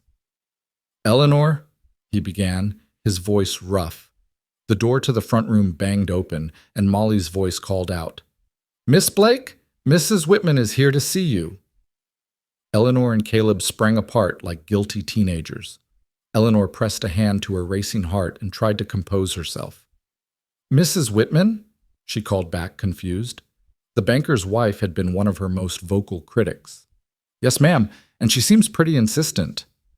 Eleanor exchanged a glance with Caleb, who looked as puzzled as she felt. Together they returned to the main room. Mrs. Whitman stood by the cutting table, her posture rigid with displeasure. She wore an expensive dress in deep purple, last year's fashion from San Francisco, Eleanor noted automatically, and her face was set in lines of aristocratic disdain. Mrs. Whitman, Eleanor greeted her carefully. How can I help you? Miss Blake. The woman's eyes flicked to Caleb, and something almost like satisfaction crossed her face. Mr. Ward, how convenient that you're both here. Amelia, Caleb said, his voice cool, if you've come to cause trouble— I've come to offer Miss Blake an opportunity, Mrs. Whitman interrupted. Though given the company she keeps, I'm not certain she deserves it. Eleanor felt her spine stiffen. I'm listening. Mrs. Whitman's smile was thin and sharp. My daughter is getting married in 6 weeks. She needs a wedding dress, something elegant and fashionable. I'd planned to order from San Francisco, but the dress she wanted won't arrive in time. She paused, clearly enjoying the moment. I've been told you're a skilled seamstress. I'd like to commission you to make Margaret's wedding dress. Eleanor stared at her, searching for the trap. Because there had to be a trap. Mrs. Whitman had spent weeks making her disapproval clear. That's very generous, Eleanor said carefully. But I have to ask, why come to me? You've made your opinion of me quite clear. My opinion of you hasn't changed, Mrs. Whitman said bluntly. "I still think you're a woman of questionable morals who's brought scandal to our town. However," she held up a hand when Caleb started to protest, "I've seen your work. That dress you wore to the harvest dance was exquisite, and my daughter deserves the best for her wedding day, regardless of my personal feelings about the seamstress." It was perhaps the most backhanded compliment Eleanor had ever received, but it was also an opportunity, a chance to create something truly special, to prove her worth in a way that couldn't be denied. "I'd be honored to make your daughter's dress," Eleanor said. "When can I meet with her to discuss what she wants?" "Tomorrow afternoon, 2 o'clock?" Mrs. Whitman's expression remained frosty. "And Miss Blake? This dress needs to be perfect. Margaret's marrying the governor's nephew. Half the territory will be at that wedding. If you embarrass my family—" "The dress will be perfect," Eleanor interrupted firmly. "You have my word." Mrs. Whitman studied her for a long moment, then nodded curtly. "Very well. Margaret will come by tomorrow. Good day." She swept out, leaving a wake of expensive perfume and barely concealed hostility. "Well," Molly said into the silence, "that was unexpected." "That was a test," Caleb corrected grimly. "Amelia Whitman doesn't do anything without calculation. She's setting you up, Eleanor." "Setting me up how?" "Think about it. The governor's nephew's wedding, half the territory attending. If the dress is anything less than absolutely perfect, you'll be ruined. Every influential person in Montana will hear about the scandal-plagued dressmaker who couldn't deliver." He shook his head. "And if you refuse the commission, she'll spread it around that you're not confident in your own abilities." Eleanor saw the trap now, closing from both sides. Accept and risk public failure, or decline and confirm everyone's worst suspicions about her competence. "Then I'll have to make sure the dress is perfect," she said quietly. "Eleanor, what choice do I have, Caleb?" She met his eyes steadily. "Turn down the biggest commission of my life because I'm afraid? That's not the woman you said I was. That's not the woman I want to be." He studied her face, and slowly his expression shifted from concern to something like admiration. "You're right. I'm sorry. I just worry—" "I know," Eleanor's voice softened, "and I'm grateful. But I can do this. I will do this." Molly, who'd been watching the whole exchange with bright eyes, cleared her throat. "For what it's worth, Miss Blake, I think you're absolutely going to create the most beautiful wedding dress this territory has ever seen, and then Mrs. Whitman will have to eat every nasty word she's ever said about you." Eleanor couldn't help but smile. "From your mouth to God's ears, Molly." Caleb lingered after Molly went back to her hemming, clearly wanting to say more but uncertain how to begin. Finally, he just said, "Be careful, Eleanor. Amelia Whitman is dangerous in ways that have nothing to do with sheriffs and guns. She destroys people with words and social pressure. Don't underestimate her." "I won't," Eleanor promised. "I've dealt with women like her before." "And how did that work out?" The question was gentle but pointed. Eleanor thought about Mrs. Montgomery, about the Whisper campaign that had destroyed her life in Denver. "Not well," she admitted. "But I'm not the same person I was then. I'm stronger now. I have allies now. I have—" She stopped herself before she said "you." But Caleb heard it anyway. His expression softened. "Yes," he said quietly. "You have me, for whatever that's worth." "It's worth everything," Eleanor whispered. They stood there, the moment stretching between them, full of possibility and promise and all the complications that came with caring for someone in a world determined to keep them apart. Then Caleb settled his hat back on his head and stepped toward the door. "I should let you get back to work. But Eleanor, if you need anything at all, send word to the ranch." "I will." After he left, Molly abandoned all pretense of working and came to stand beside Eleanor at the window, watching Caleb ride away. "You love him," Molly said. "Not a question." "I barely know him," Eleanor protested. "That's not what I said." Molly's expression was far too knowing for a 16-year-old. "You love him, and he loves you. Everyone can see it." "Everyone can see that we're causing a scandal," Eleanor corrected. "That's not the same thing." "Isn't it, though?" Molly tilted her head. "Sometimes the most scandalous thing is just two people choosing each other despite what everyone else thinks. That's pretty much the definition of love, if you ask me. Eleanor wanted to argue, but the words stuck in her throat. Because Molly was right. She did love Caleb Ward, his strength and kindness, his quiet courage, the way he saw her as a whole person rather than a collection of rumors. She loved him, and it terrified her because loving someone meant giving them the power to hurt you, and Eleanor had been hurt enough. But before she could spiral too far into her fears, the shop door opened again and Margaret Whitman herself stepped inside, 2 full days early for their appointment. The girl was lovely, perhaps 19, with her mother's aristocratic features softened by youth and genuine sweetness. She wore a simple day dress in pale blue, and her expression was anxious rather than haughty. "Miss Blake?" she asked hesitantly. "I know I'm not supposed to come until tomorrow, but I couldn't wait. Mother doesn't know I'm here. She thinks I'm at the mercantile. But I had to talk to you." Eleanor's guard went up immediately. "Of course. What can I do for you?" Margaret glanced at Molly, then back at Eleanor. "Could we speak privately? Please? It's rather important." Eleanor led her to the back room, that same small space where she'd stood with Caleb just an hour before. Margaret closed the door carefully and turned to face her, fingers twisting in her skirt. "Miss Blake, I need you to understand something. I want you to make my wedding dress. Truly. I saw what you wore to the harvest dance, and it was the most beautiful thing I've ever seen, but—" She took a breath. "My mother has other plans." Eleanor's stomach sank. "What kind of plans?" "She's going to sabotage you," Margaret said in a rush. "She's going to come to fittings and demand impossible changes. She's going to criticize everything you do, no matter how perfect it is. And then, at the wedding, she's going to make sure everyone knows about every tiny imperfection, every place where the dress isn't exactly what she claimed she asked for, even though she never actually asked for those things." "Why are you telling me this?" "Because it's not fair." Margaret's eyes shone with tears. "You don't deserve what Mother's planning.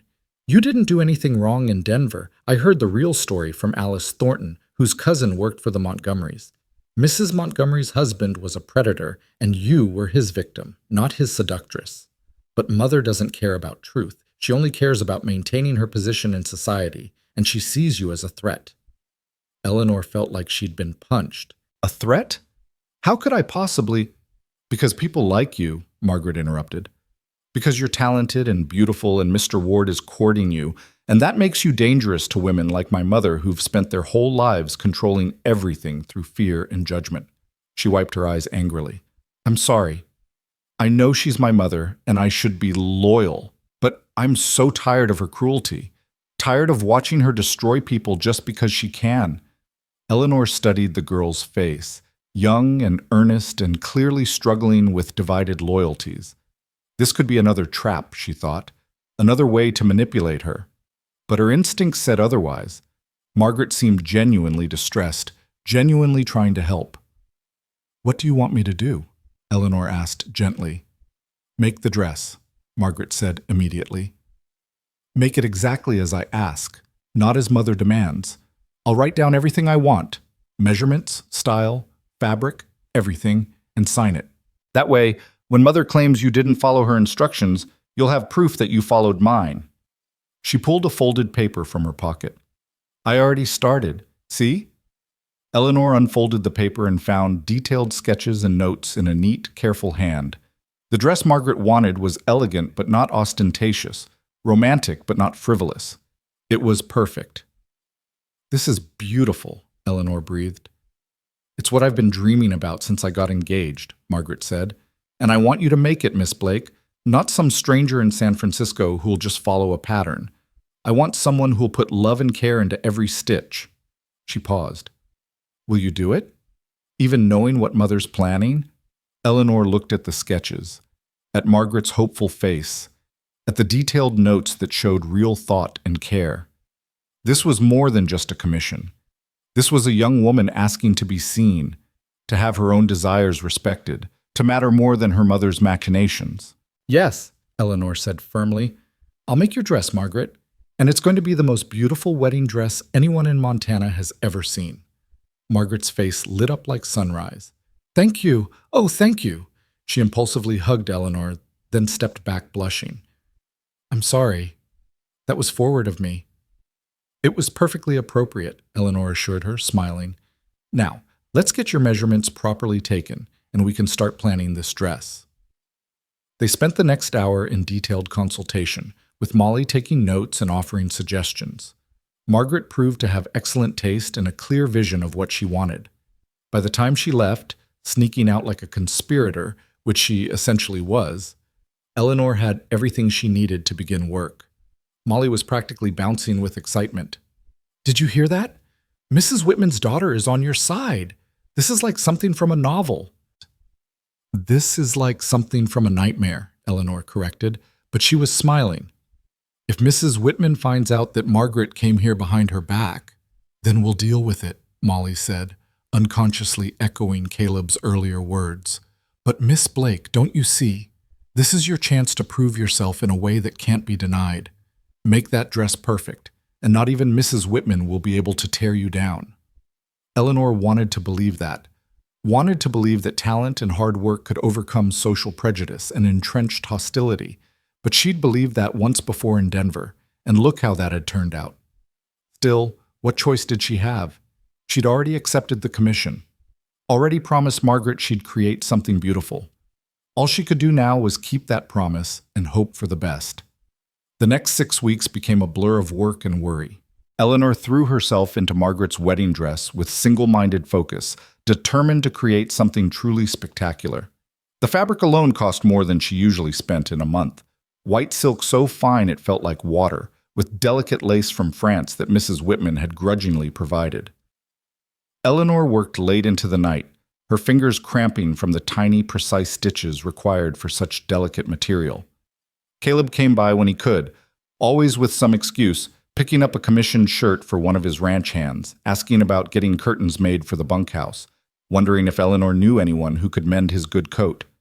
Eleanor saw through every excuse and treasured each visit anyway.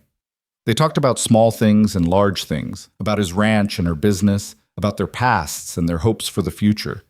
Each conversation felt like laying down roots, building something that might last. But they were careful. No more almost kisses in the back room. No public displays that could fuel more gossip. They were both aware that Eleanor's position in Willow Creek remained precarious, balanced on the knife's edge of the town's tolerance. That tolerance was tested when Sheriff Dawson made good on his threat. Eleanor was working on the intricate beadwork for Margaret's bodice when Molly burst through the door, breathless and wide-eyed.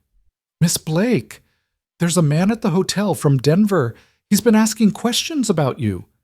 Eleanor's hand stilled on the silk. What kind of man? I don't know his name, but Mrs. Patterson says he's a lawyer. Arrived on this morning's stage and went straight to see the sheriff. Molly's face was pale. Everyone's saying he's here to testify about what happened with the Montgomery family. This was it then. The confrontation Eleanor had been dreading. She set down her needlework with hands that wanted to shake but refused to let them. All right, she said, more calmly than she felt. Then I suppose I'll have to face him. You don't have to do this alone, Molly insisted. Let me get Mr. Ward or Mrs. Patterson, or... No. Eleanor stood, smoothing her skirt with deliberate care. I need to handle this myself first. If it goes badly, then I'll ask for help. But I won't hide behind other people. Not anymore. She walked to the hotel with her head high and her heart hammering. The building was the largest in Willow Creek, 3 stories of whitewashed wood with a broad porch where old men liked to sit and watch the world go by. Today, those old men watched Eleanor approach with expressions of mingled curiosity and concern. Inside the lobby was dim and cool. Behind the desk, Mr. Peterson, Molly's father, gave her a sympathetic nod. He's in the dining room, Miss Blake, with the sheriff and Judge Wilson. Judge Wilson's presence was actually reassuring. The judge was fair-minded, known for listening to both sides before making decisions. If he was here, this might actually be an official hearing rather than just a lynch mob. Eleanor found them at a corner table. Sheriff Dawson looking smug, Judge Wilson looking weary, and a stranger in an expensive suit looking calculating. The stranger was perhaps 40, with thinning hair and the kind of face that would be instantly forgettable, if not for the cold intelligence in his eyes. All 3 men looked up when Eleanor entered. Ah, the stranger said, rising with exaggerated courtesy. "You must be Miss Eleanor Blake. I'm Warren Sutter, attorney at law from Denver." Eleanor's blood ran cold. Sutter, she knew that name. He was Mr. Montgomery's personal lawyer, the man who'd helped spread the lies that destroyed her reputation. "Mr. Sutter," she acknowledged, keeping her voice level. "I assume you're here about the Montgomery matter." "Indeed I am." His smile was sharp and unpleasant. "Sheriff Dawson was kind enough to contact me regarding your presence in Willow Creek. He felt the community should be informed about your history before you could cause any more damage." "I haven't caused any damage," Eleanor said firmly. "I run a legitimate business, and I bother no one." "Is that so?" Sutter pulled a sheaf of papers from his briefcase. "Because I have here sworn statements from Mr. and Mrs. Montgomery describing how you seduced Mr. Montgomery over a period of months, how you attempted to extort money from him when he tried to end the affair, and how you threatened Mrs. Montgomery when she discovered your relationship with her husband." Every word was a lie, and Eleanor felt rage building in her chest, but she forced herself to remain calm, to think rather than just react. "Those statements are false," she said clearly, "and I'm prepared to tell the truth about what really happened, if Judge Wilson would like to hear it." Judge Wilson, who'd been watching the exchange with hooded eyes, nodded slowly. "I think that would be appropriate. Miss Blake, please sit down." Eleanor sat, folding her hands in her lap to hide their trembling. Sheriff Dawson leaned back in his chair with a satisfied smile, clearly expecting her to be eviscerated by whatever Sutter had prepared.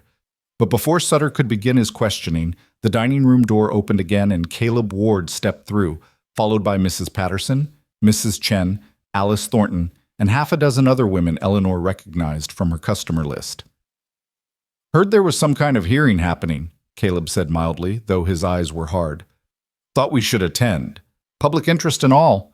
Judge Wilson's mouth twitched in what might have been amusement. "This isn't exactly a formal proceeding, Mr. Ward."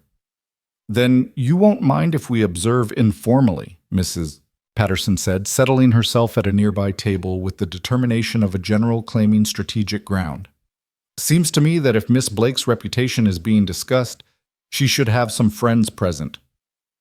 Sheriff Dawson's face darkened. "This is official business." "No, Tom, it's not," Judge Wilson interrupted.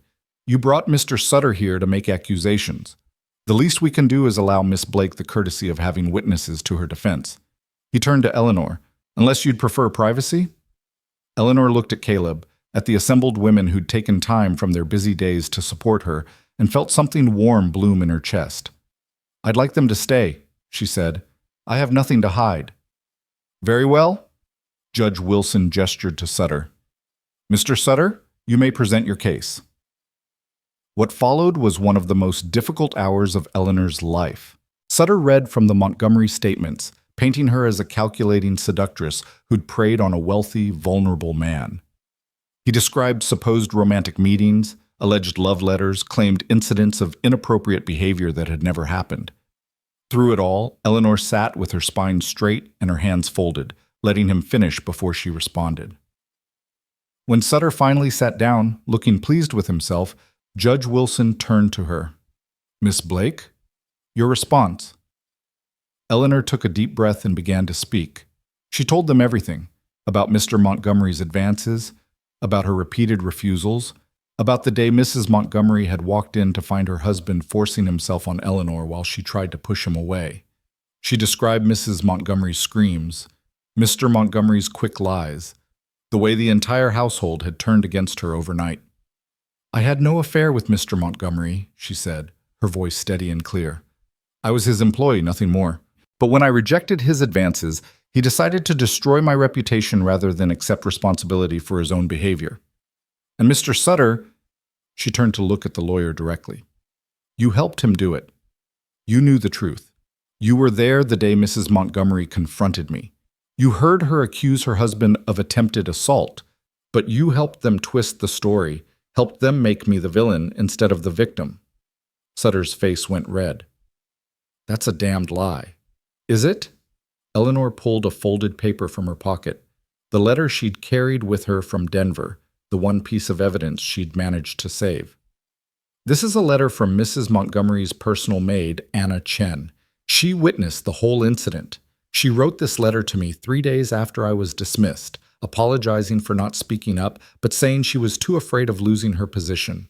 She handed the letter to Judge Wilson, who read it with increasing interest. Mrs. Chen confirms Miss Blake's account, the judge said slowly.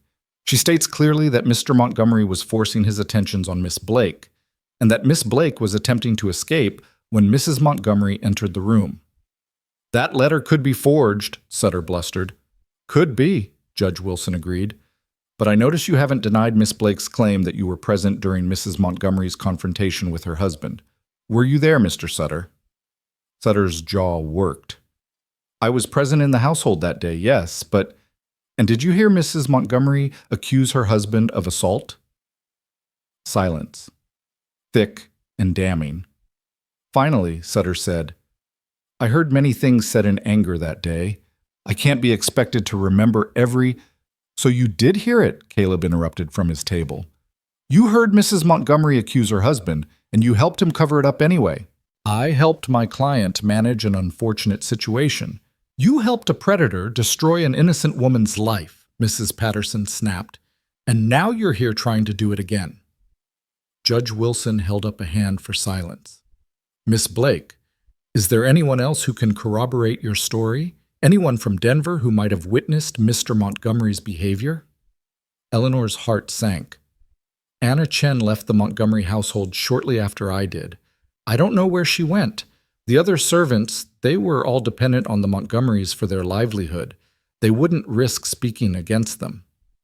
So it's your word against theirs, Sheriff Dawson said triumphantly.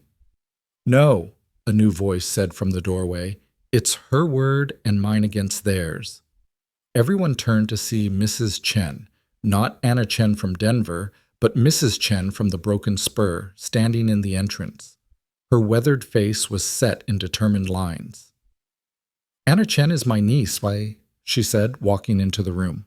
She wrote to me after Miss Blake was dismissed, told me the whole story, told me how guilty she felt for not speaking up, how the Montgomerys threatened to ruin anyone who didn't support their version of events. She looked at Eleanor with sympathy. Anna was terrified, Miss Blake. She was just 18 years old and alone in Denver, but she wanted you to know the truth. Eleanor felt tears prick her eyes. I never blamed her. I understood. I know you did. Anna said you were the kindest person in that household, the only one who treated the servants like human beings rather than furniture. Mrs. Chen turned to Judge Wilson. My niece's letter to Miss Blake wasn't forged. Anna sent me a copy as well. I can provide it if needed. Judge Wilson nodded slowly. I think that would be wise, Mrs. Chen. Sutter was sweating now, his composure cracking. This is highly irregular. You can't just accept hearsay and letters as evidence. I can accept whatever evidence I deem relevant, Judge Wilson interrupted. This isn't a court of law, Mr. Sutter. This is a community trying to determine the character of one of its members. And so far, I'm finding Miss Blake's account considerably more credible than yours. He stood, gathering his papers. Here's my determination. Miss Blake came to Willow Creek with a cloud over her reputation. That much is undeniable. However, she's conducted herself with dignity and integrity since her arrival. She's established a legitimate business, contributed to our community, and caused no trouble whatsoever. The accusations against her appear to be, at minimum, highly questionable, and at maximum, completely false. He turned to Sheriff Dawson. Tom, you brought Mr. Sutter here hoping to run Miss Blake out of town. Instead, you've given her a chance to clear her name publicly. I'm ruling that Miss Blake is welcome in Willow Creek and should be treated as any other respectable businesswoman would be. Anyone who continues to harass her will answer to me. Is that clear? The sheriff's face was purple with rage, but he nodded stiffly. Mr. Sutter, I suggest you return to Denver and inform the Montgomerys that their lies won't be tolerated here. If they attempt any further harassment of Miss Blake, I'll personally file charges for defamation. Sutter gathered his papers with jerky, angry movements and stalked out without another word. After a moment, Sheriff Dawson followed, leaving Eleanor alone with Judge Wilson and her supporters. The room erupted. Mrs. Patterson stood and started clapping, and soon the other women joined in. Eleanor sat there, stunned, tears streaming down her face as the reality of what had just happened sank in.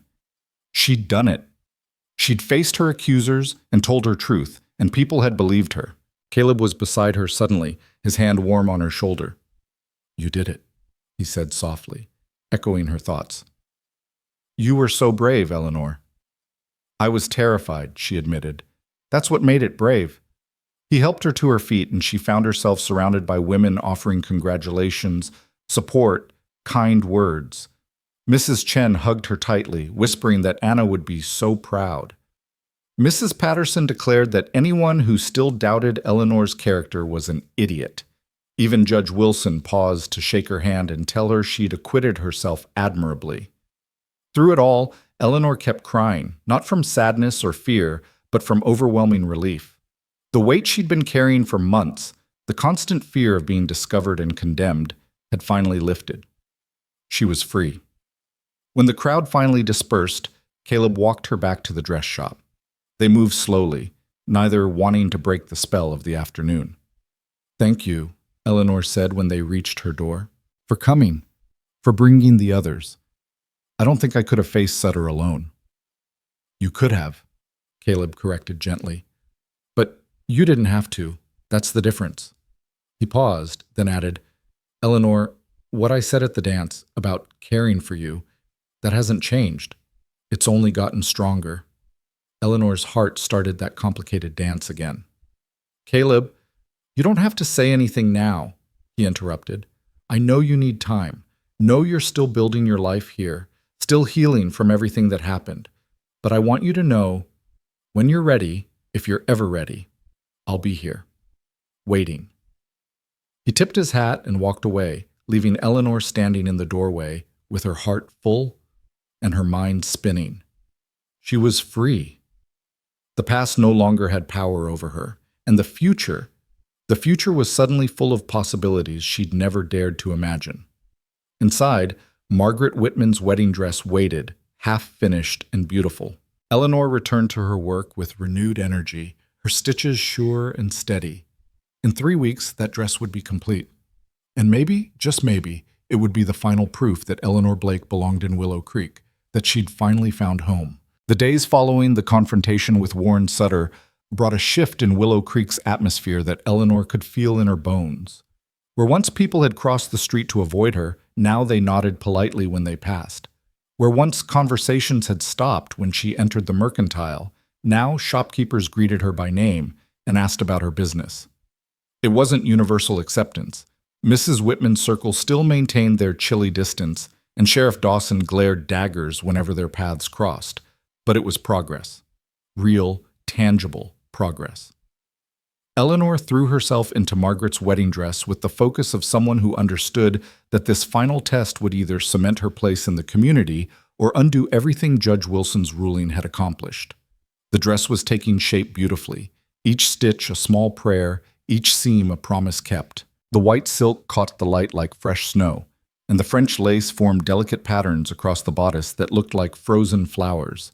It was, without question, the finest work Eleanor had ever done. Molly arrived each morning bursting with news from around town. The Peterson family seemed to have appointed themselves Eleanor's unofficial information network, and Molly took her role as messenger with endearing seriousness.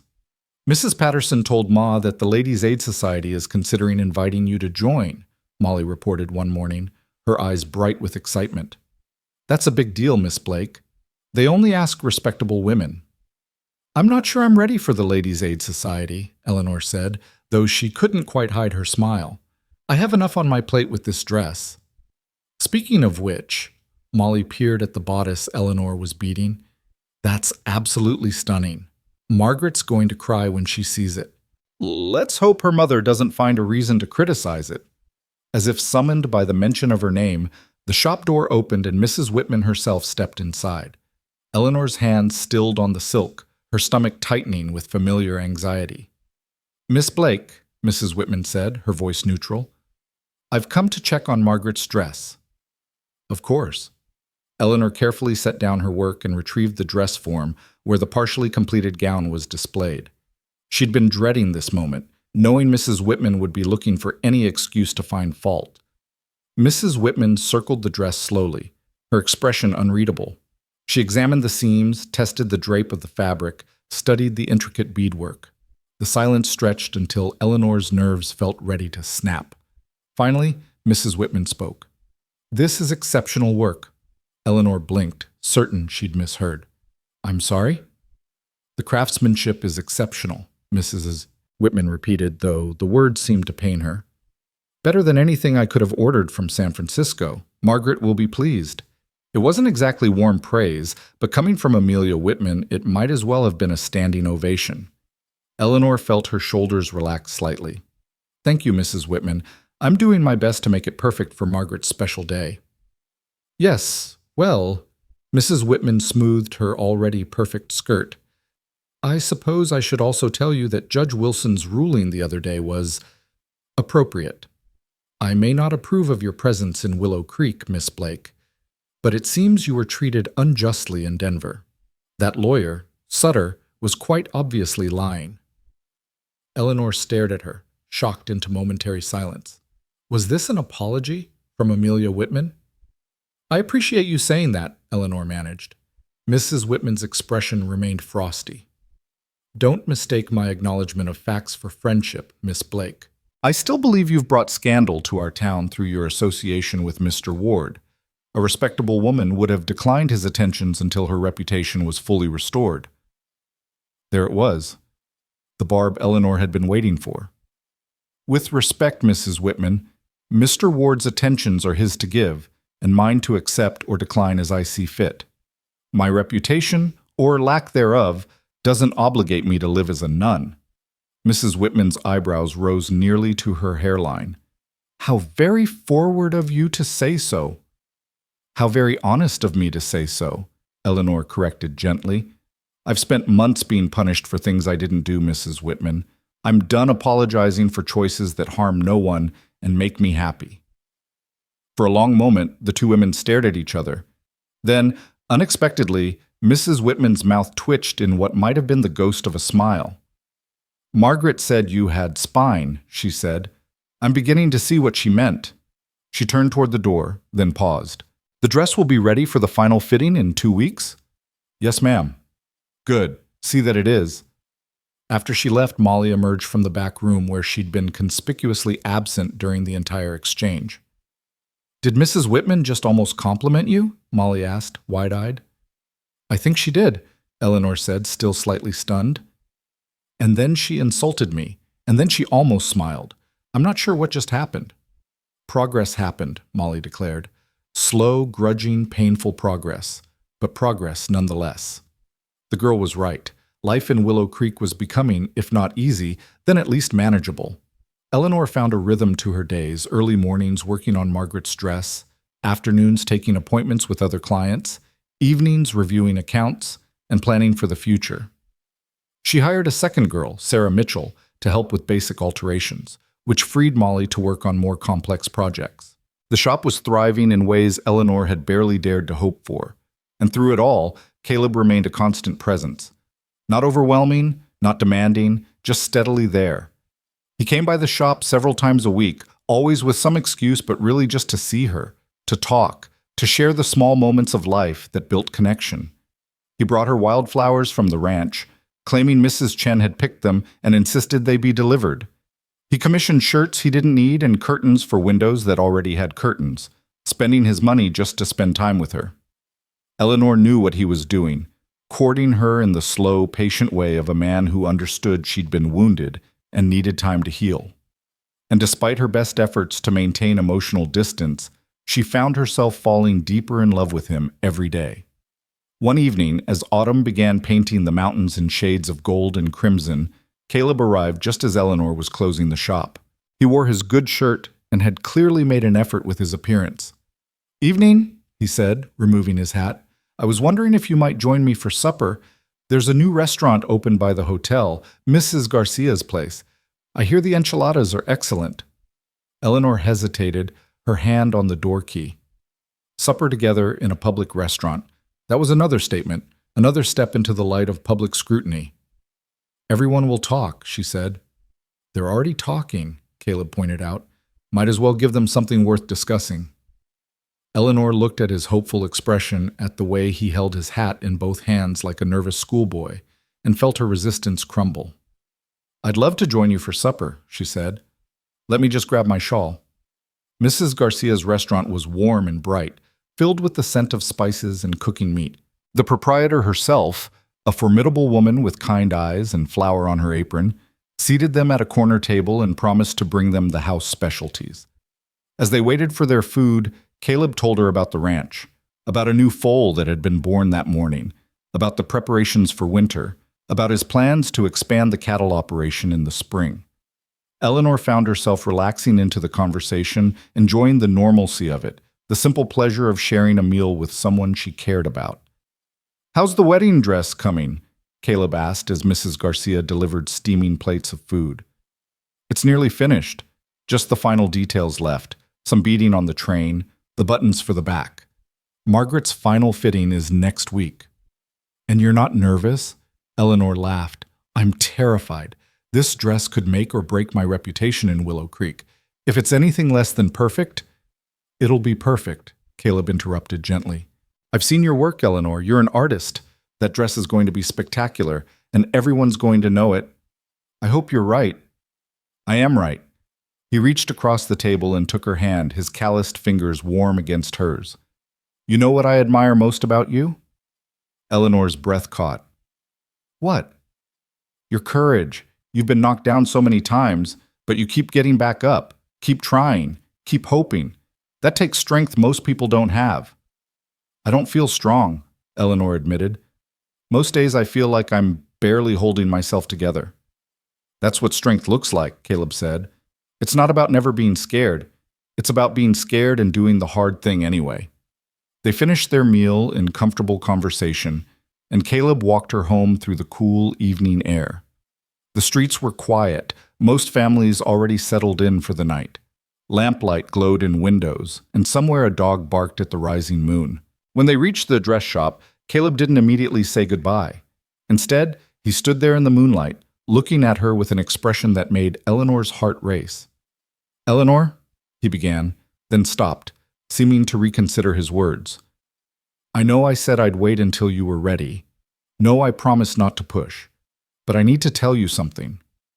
All right, Eleanor whispered. I'm in love with you. The words were simple, direct, devastating in their honesty. I've been in love with you since you stood in that street with a bullet hole in the wall behind your head and didn't flinch. Since you looked at me with those green eyes and decided to trust me even though you had no reason to. I love your strength and your kindness and the way you see the best in people even when they don't deserve it. Eleanor felt tears prick her eyes. Caleb, you don't have to say anything back, he continued quickly. I'm not asking for promises or declarations. I just needed you to know. Needed you to understand that when I look at you, I don't see broken goods or scandal or any of the things other people see. I see the woman I want to spend the rest of my life with. Eleanor's hands were shaking. Her whole body was shaking. 6 months ago, she'd been drowning in Denver, destroyed by lies and abandoned by everyone she'd thought she could trust. She'd come to Montana expecting nothing, hoping for nothing beyond simple survival. And here was Caleb Ward, this good, honest man, offering her everything. I love you too, she heard herself say. The words felt both terrifying and inevitable, like stepping off a cliff into darkness, trusting there would be something solid to catch her fall. I've been trying not to, trying to protect myself from getting hurt again, but I love you, Caleb, so much it scares me. His smile was like sunrise, bright and warm and full of promise. Can I kiss you? Eleanor nodded, not trusting her voice. Caleb stepped closer, one hand coming up to cup her cheek, his thumb brushing away a tear she hadn't realized had fallen. Then he leaned down and pressed his lips to hers, gentle and questioning, giving her every opportunity to pull away. She didn't pull away. Instead, she leaned into the kiss, her hands coming up to rest on his chest, feeling the solid warmth of him, the steady beat of his heart under her palms. The kiss deepened, became something more than gentle, and Eleanor felt years of loneliness and fear crack open inside her, letting in light and hope and the terrifying possibility of happiness. When they finally broke apart, both breathless, Caleb rested his forehead against hers. "I want to marry you," he whispered. "Not now, not until you're ready, but someday. I want to wake up beside you every morning and fall asleep beside you every night. Want to build a life with you, a family maybe, if you want children. Want to grow old watching you create beautiful things and make the world better just by being in it." Eleanor laughed, the sound watery but genuine. "That's quite a future you're planning. Is it too much?" "No." She pulled back enough to meet his eyes. "It's perfect. Terrifying and perfect." "So that's a yes? Someday?" Eleanor thought about everything she'd survived. The betrayal in Denver, the hostile reception in Willow Creek, the constant battle to prove her worth. She thought about Sheriff Dawson's bullet and Mrs. Whitman's cold disapproval and all the countless small cruelties she'd endured. And then she thought about Caleb standing up to the sheriff, about Mrs. Chen's kindness, about Molly's fierce loyalty. She thought about the shop that was finally thriving, about Margaret's wedding dress waiting upstairs, about the life she was building stitch by careful stitch. She thought about Caleb's earth-brown eyes and patient heart, about the way he saw her, really saw her, when everyone else saw only scandal and shame. "Yes," she said firmly. "Someday, when we're both ready. Yes." Caleb kissed her again, longer this time, deeper, until Eleanor felt dizzy with joy and desire and overwhelming relief. When he finally pulled away, his eyes were bright with unshed tears. "I should let you get some rest," he said, though he made no move to leave. "You have work tomorrow." "I do." Eleanor stepped back reluctantly. "But Caleb, thank you for seeing me, for believing in me, for loving me." "Easiest thing I've ever done," he said simply. She watched him ride away into the darkness, then climbed the stairs to her rooms feeling lighter than she had in months, maybe years. She was in love, and she was loved in return, and somehow, against all odds, she was building a home in this wild Montana town. The next 2 weeks passed in a blur of final preparations. Margaret's dress was completed with 2 days to spare, every bead perfect, every seam invisible, every detail exactly as the bride had dreamed. Eleanor hung it carefully in the back room, covering it with muslin to protect it until the final fitting. That fitting took place on a Thursday afternoon, with Margaret arriving breathless and excited, her mother trailing behind with her usual expression of critical assessment. "Let's see it then," Mrs. Whitman said without preamble.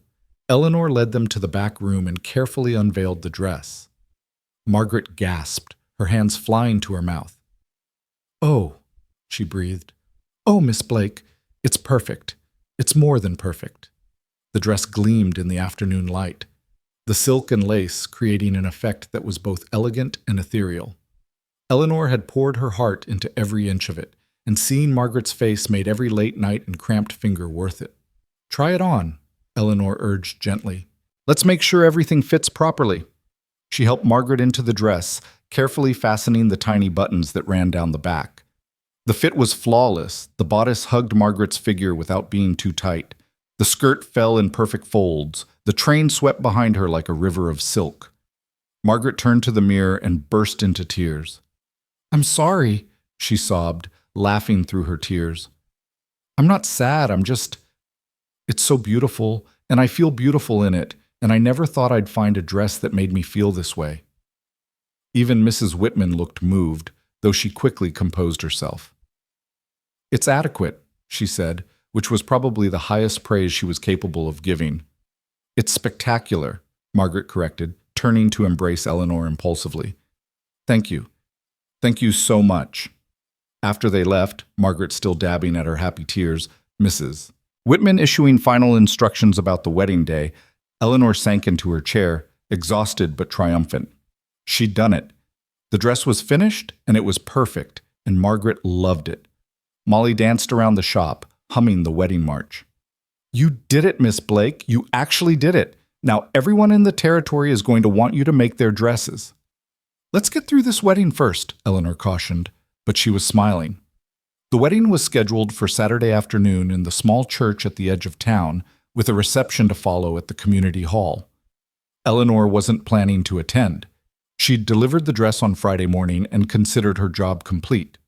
But Friday evening, Margaret appeared at the shop door with a cream-colored envelope. "It's an invitation," she said, pressing it into Eleanor's hands. "Please say you'll come. I know Mother didn't include you on the official guest list, but I'm inviting you personally. You created something so beautiful for me. You should be there to see me wear it." Eleanor looked at the invitation, feeling the weight of what Margaret was asking. Attending would put her in the same room as all of Willow Creek's elite, many of whom still viewed her with suspicion. It would be another test, another gauntlet to run, but it would also be a celebration of her work, a public acknowledgement of her skill and place in the community. "I'll be there," Eleanor promised. "And thank you, Margaret, for everything." Saturday dawned clear and bright, perfect autumn weather for a wedding. Eleanor dressed carefully in a new dress she'd made for herself. Deep blue wool with black velvet trim, elegant without being ostentatious. She wanted to look professional, respectable, like a successful businesswoman rather than a former scandal. Caleb arrived to escort her, looking handsome in his good suit. "Ready?" he asked, offering his arm. "Ready," Eleanor confirmed, though her stomach was doing nervous flips. The church was packed, every pew filled with Willow Creek's finest families. Eleanor felt the stares as she and Caleb entered, felt the whispers ripple through the crowd. But she kept her head high and her expression serene, following Caleb to a pew near the back. Sheriff Dawson sat across the aisle, his face dark with disapproval. Mrs. Whitman's friends clustered near the front, their expressions ranging from curious to hostile. But Mrs. Patterson waved from her seat, and Mrs. Chen gave Eleanor an encouraging smile, and Alice Thornton nodded in greeting. The ceremony began with the traditional processional. Margaret's bridesmaids came first, then the flower girls scattering petals, and finally, Margaret herself on her father's arm. The church went silent. Margaret looked like a princess from a fairy tale. The wedding dress caught the light streaming through the stained glass windows, the silk and lace creating an effect that was nothing short of magical. She moved with confidence and grace, her face radiant with joy, and Eleanor felt pride swell in her chest. This was what she'd been meant to create, not just a dress, but a moment of pure beauty and happiness. The ceremony proceeded with traditional vows and readings. The groom, a pleasant-looking young man with kind eyes, looked at Margaret like she'd hung the moon. It was sweet and sincere and exactly what a wedding should be. When the minister finally pronounced them husband and wife, the church erupted in applause. Margaret and her new husband walked back down the aisle, beaming at everyone. And as they passed Eleanor's pew, Margaret paused deliberately. "Thank you," she mouthed, her eyes shining. Eleanor nodded, too overwhelmed to speak. The reception at the community hall was lavish by Willow Creek standards. Tables groaned under the weight of food and drink, musicians played cheerful tunes, and the whole town seemed determined to celebrate. Eleanor and Caleb found a relatively quiet corner where they could observe without being too conspicuous, but Eleanor found herself becoming the center of attention anyway. One by one, women approached her, some she knew, some she didn't, all wanting to compliment the wedding dress, to ask about commissioning work, to express admiration for her skill. "That dress was extraordinary," one rancher's wife gushed. "I've never seen anything like it. You have a real gift, Miss Blake." "My daughter's getting married next spring," another woman said. "I'd be honored if you'd make her wedding dress." Even some of Mrs. Whitman's friends broke ranks to offer stilted but genuine praise. The dress was undeniable proof of Eleanor's talent, and not even the most determined gossip could pretend otherwise. Mrs. Whitman herself approached as the evening was winding down. She looked tired but satisfied, the expression of a mother whose daughter's wedding had gone exactly as planned. "Miss Blake," she said formally, "I wanted to thank you for your work on Margaret's dress. It exceeded my expectations."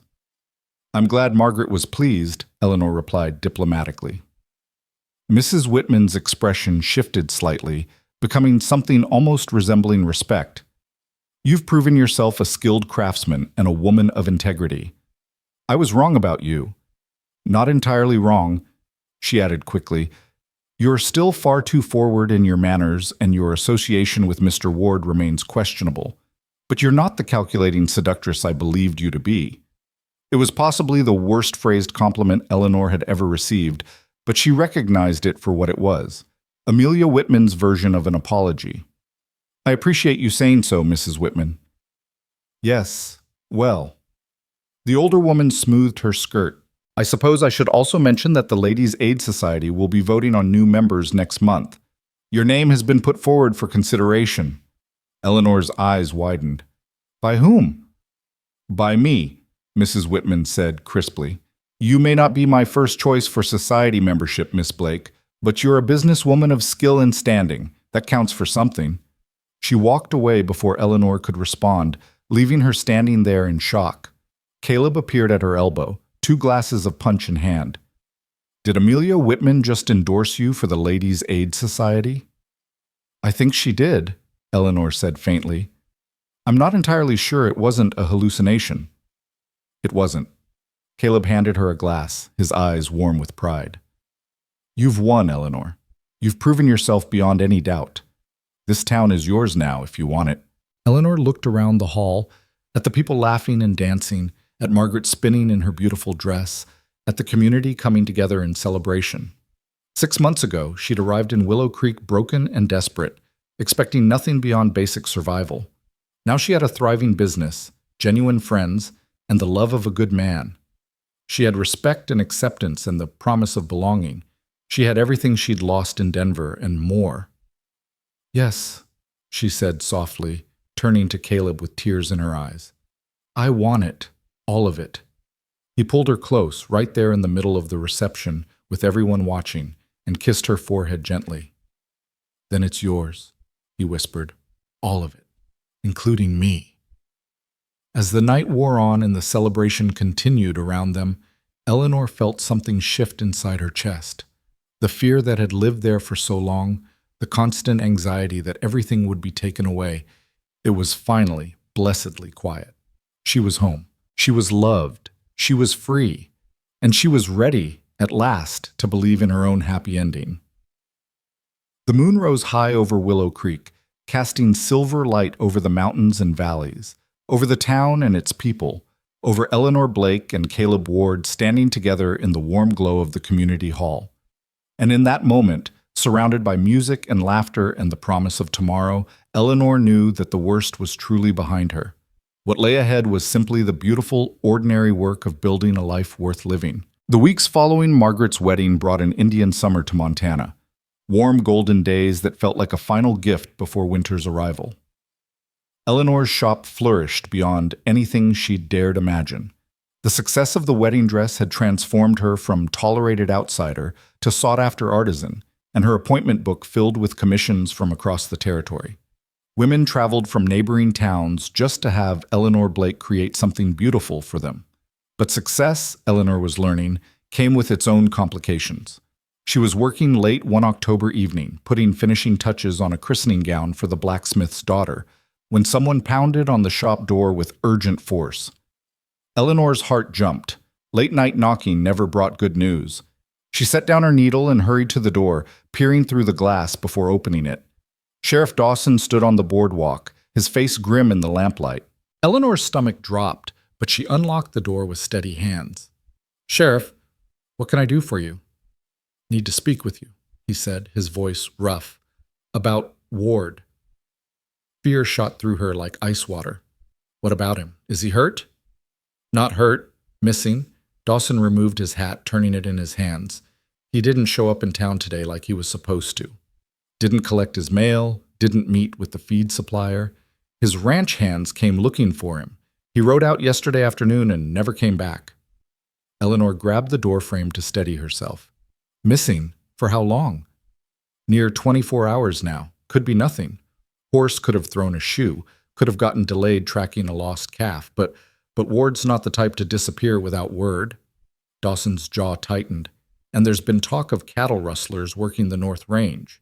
3 ranches hit in the past month." "We need to organize a search," Eleanor said immediately, already reaching for her shawl. "Get men together? Search the ranch lands?" "Already doing that," Dawson interrupted. "Got a party heading out at first light. I'm here because Ward's housekeeper said if anything happened to him, we should tell you." He paused, something almost like regret crossing his face. Said you'd want to know. Eleanor met his eyes, searching for deception or cruelty, but found only weary honesty. Thank you for telling me. Miss Blake. Dawson shifted uncomfortably. I haven't been fair to you, or to Ward. Been carrying my sister's death like a weapon, using it to hurt anyone who reminded me I couldn't save her. He looked away. That was wrong of me. And if something's happened to Caleb because I was too busy nursing grudges to do my job properly, nothing's happened to him, Eleanor said firmly, refusing to let her mind go to dark places. We're going to find him, and he's going to be fine. Dawson nodded, settling his hat back on his head. Search party leaves at dawn. We could use every able-bodied person willing to ride. I'll be there, Eleanor said. After he left, she stood in the empty shop, her hands trembling with fear and adrenaline. Caleb was missing. The man she loved was somewhere out there in the Montana wilderness, possibly hurt, possibly... No, she wouldn't think it. Couldn't think it. She locked up the shop and climbed the stairs to her rooms, but sleep was impossible.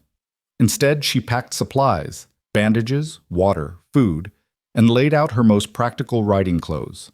She'd learned to ride as a girl before her family lost their money, and she'd gone into service. The skills came back quickly when necessity demanded.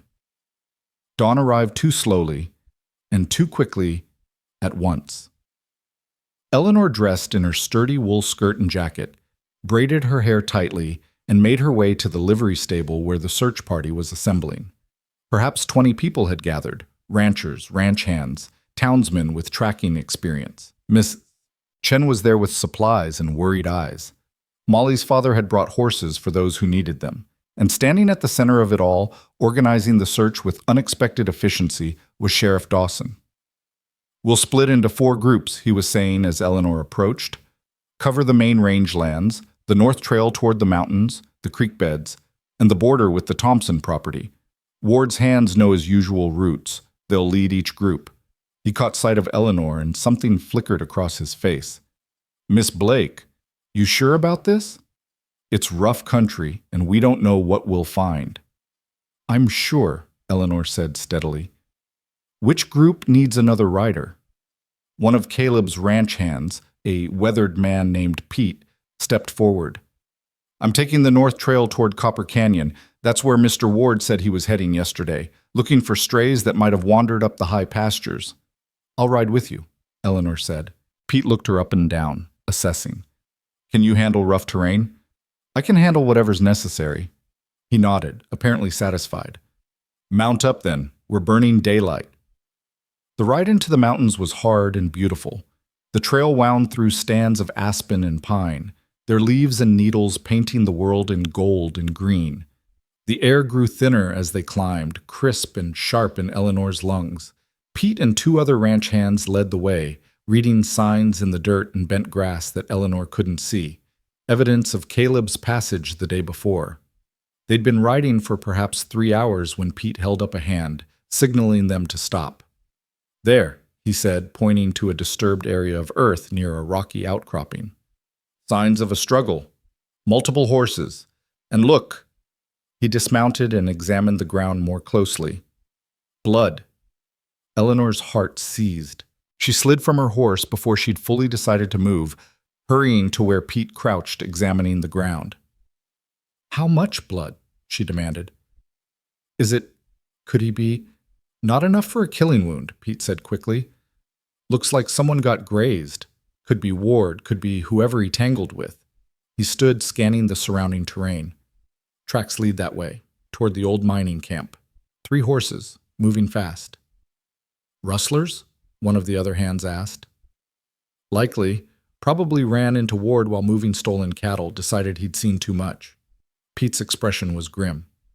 They've got maybe 12 hours head start on us. Then we ride faster, Eleanor said. Pete looked at her with something like respect. Yes, ma'am, we do. They followed the trail for another hour, the terrain growing rougher and more treacherous.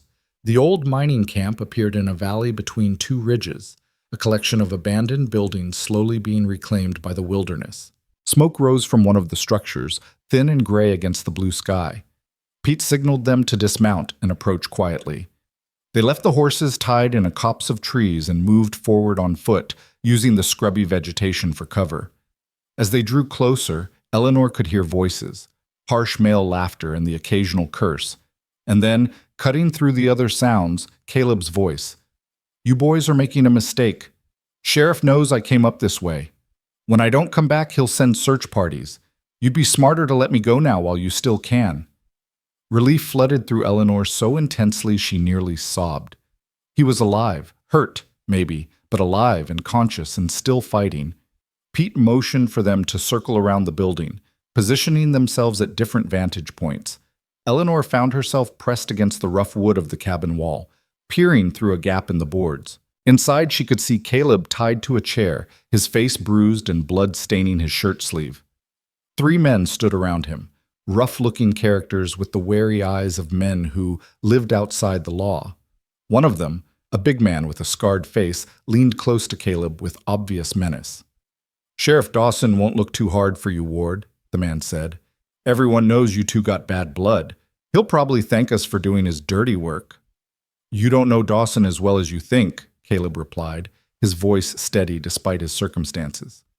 "Man's got his faults, but he's not corrupt. He'll hunt you to the ends of the earth for this." The scarred man backhanded Caleb across the face, snapping his head to the side. Eleanor bit her lip hard to keep from crying out. "Enough talk," another rustler said nervously. "We need to decide what to do with him. Can't just keep him tied up forever. Could solve the problem permanently," the third man suggested, his hand drifting to his gun. "No killing," the scarred man said firmly. "Stealing cattle's one thing. Murder brings federal marshals. We'll hold him till nightfall, then ride out and leave him tied. By the time he gets loose or someone finds him, we'll be halfway to Wyoming." Eleanor met Pete's eyes through the gap in the boards. He held up 3 fingers, then pointed to himself and the other 2 ranch hands, indicating their positions. Then he looked at Eleanor and shook his head firmly. "Stay here. Stay safe." But Eleanor had already made up her mind. She moved quietly around to the back of the cabin where the wood had rotted through in places, leaving gaps large enough to see through. She found a window, high and narrow, probably left over from when this had been a bunkhouse for miners. With careful effort, she managed to pry it open enough to squeeze through. The cabin's interior was dim and smelled of dust and old smoke. Eleanor dropped to the floor as quietly as she could, landing in what had once been a storage room. Through the doorway, she could see into the main room where Caleb was being held. She needed a weapon, needed something, anything, to give Pete and the others an advantage when they made their move. Her eyes adjusted to the dimness, and she spotted an old iron poker leaning against the cold fireplace. Better than nothing. She picked it up, testing its weight, and began creeping toward the main room. Her heart hammered so hard she was certain everyone could hear it. One of the rustlers had his back to her, standing by the window keeping watch. The other 2 were arguing about their next move, their attention focused on each other rather than their surroundings. And Caleb, bless him, spotted her almost immediately. His eyes widened fractionally, then he deliberately looked away, coughing to cover any reaction. Eleanor raised the poker and brought it down on the watching rustler's head with all her strength. He dropped like a stone. The other 2 spun around, reaching for their guns, but Pete and the ranch hands burst through the front door at the same moment. Chaos erupted, shouting, struggling, the crack of a gunshot that went wild, hitting the ceiling and showering everyone with splinters. Eleanor dove for Caleb, her shaking fingers working at the ropes binding his wrists. The scarred rustler lunged for her, but Caleb somehow managed to tip his chair sideways, tangling his feet in the man's legs and sending him sprawling. "The knife!" Caleb gasped. "In my boot!" Eleanor found it and sawed through the ropes with desperate speed. The moment Caleb was free, he surged to his feet, swaying slightly but moving with purpose. He grabbed the scarred man by the collar and drove a fist into his face with satisfying force. Within minutes, it was over. The 3 rustlers were subdued, one unconscious from Eleanor's blow, the other 2 held at gunpoint by Pete and his companions. The ranch hands secured them with the same ropes that had bound Caleb. Then Caleb turned to Eleanor and his expression was equal parts fury and relief. "What in God's name were you thinking?" he demanded, pulling her into his arms despite his injuries. "You could have been killed, coming in here alone, attacking armed men." I was thinking that I love you and you were in danger, Eleanor said, her voice muffled against his chest. And I wasn't alone. I had Pete and the others. Who had a plan that didn't involve you risking your neck? Your plan was working beautifully until I improved it, Eleanor pointed out, pulling back to look at him properly. His face was bruised, his shirt was bloody, and he was the most beautiful sight she'd ever seen.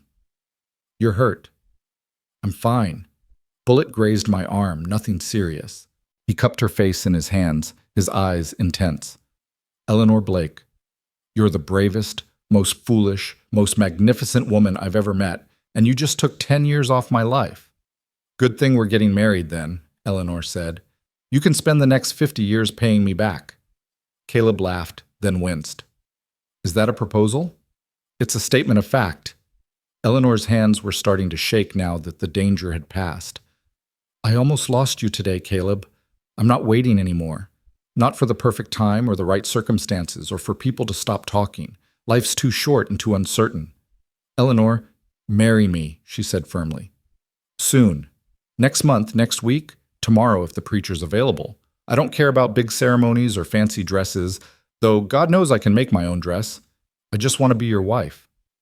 Caleb's smile was like sunrise, bright and warm despite the blood and bruises. Yes, he said simply. Yes to all of it. Tomorrow? Next week? Whenever you want. Yes.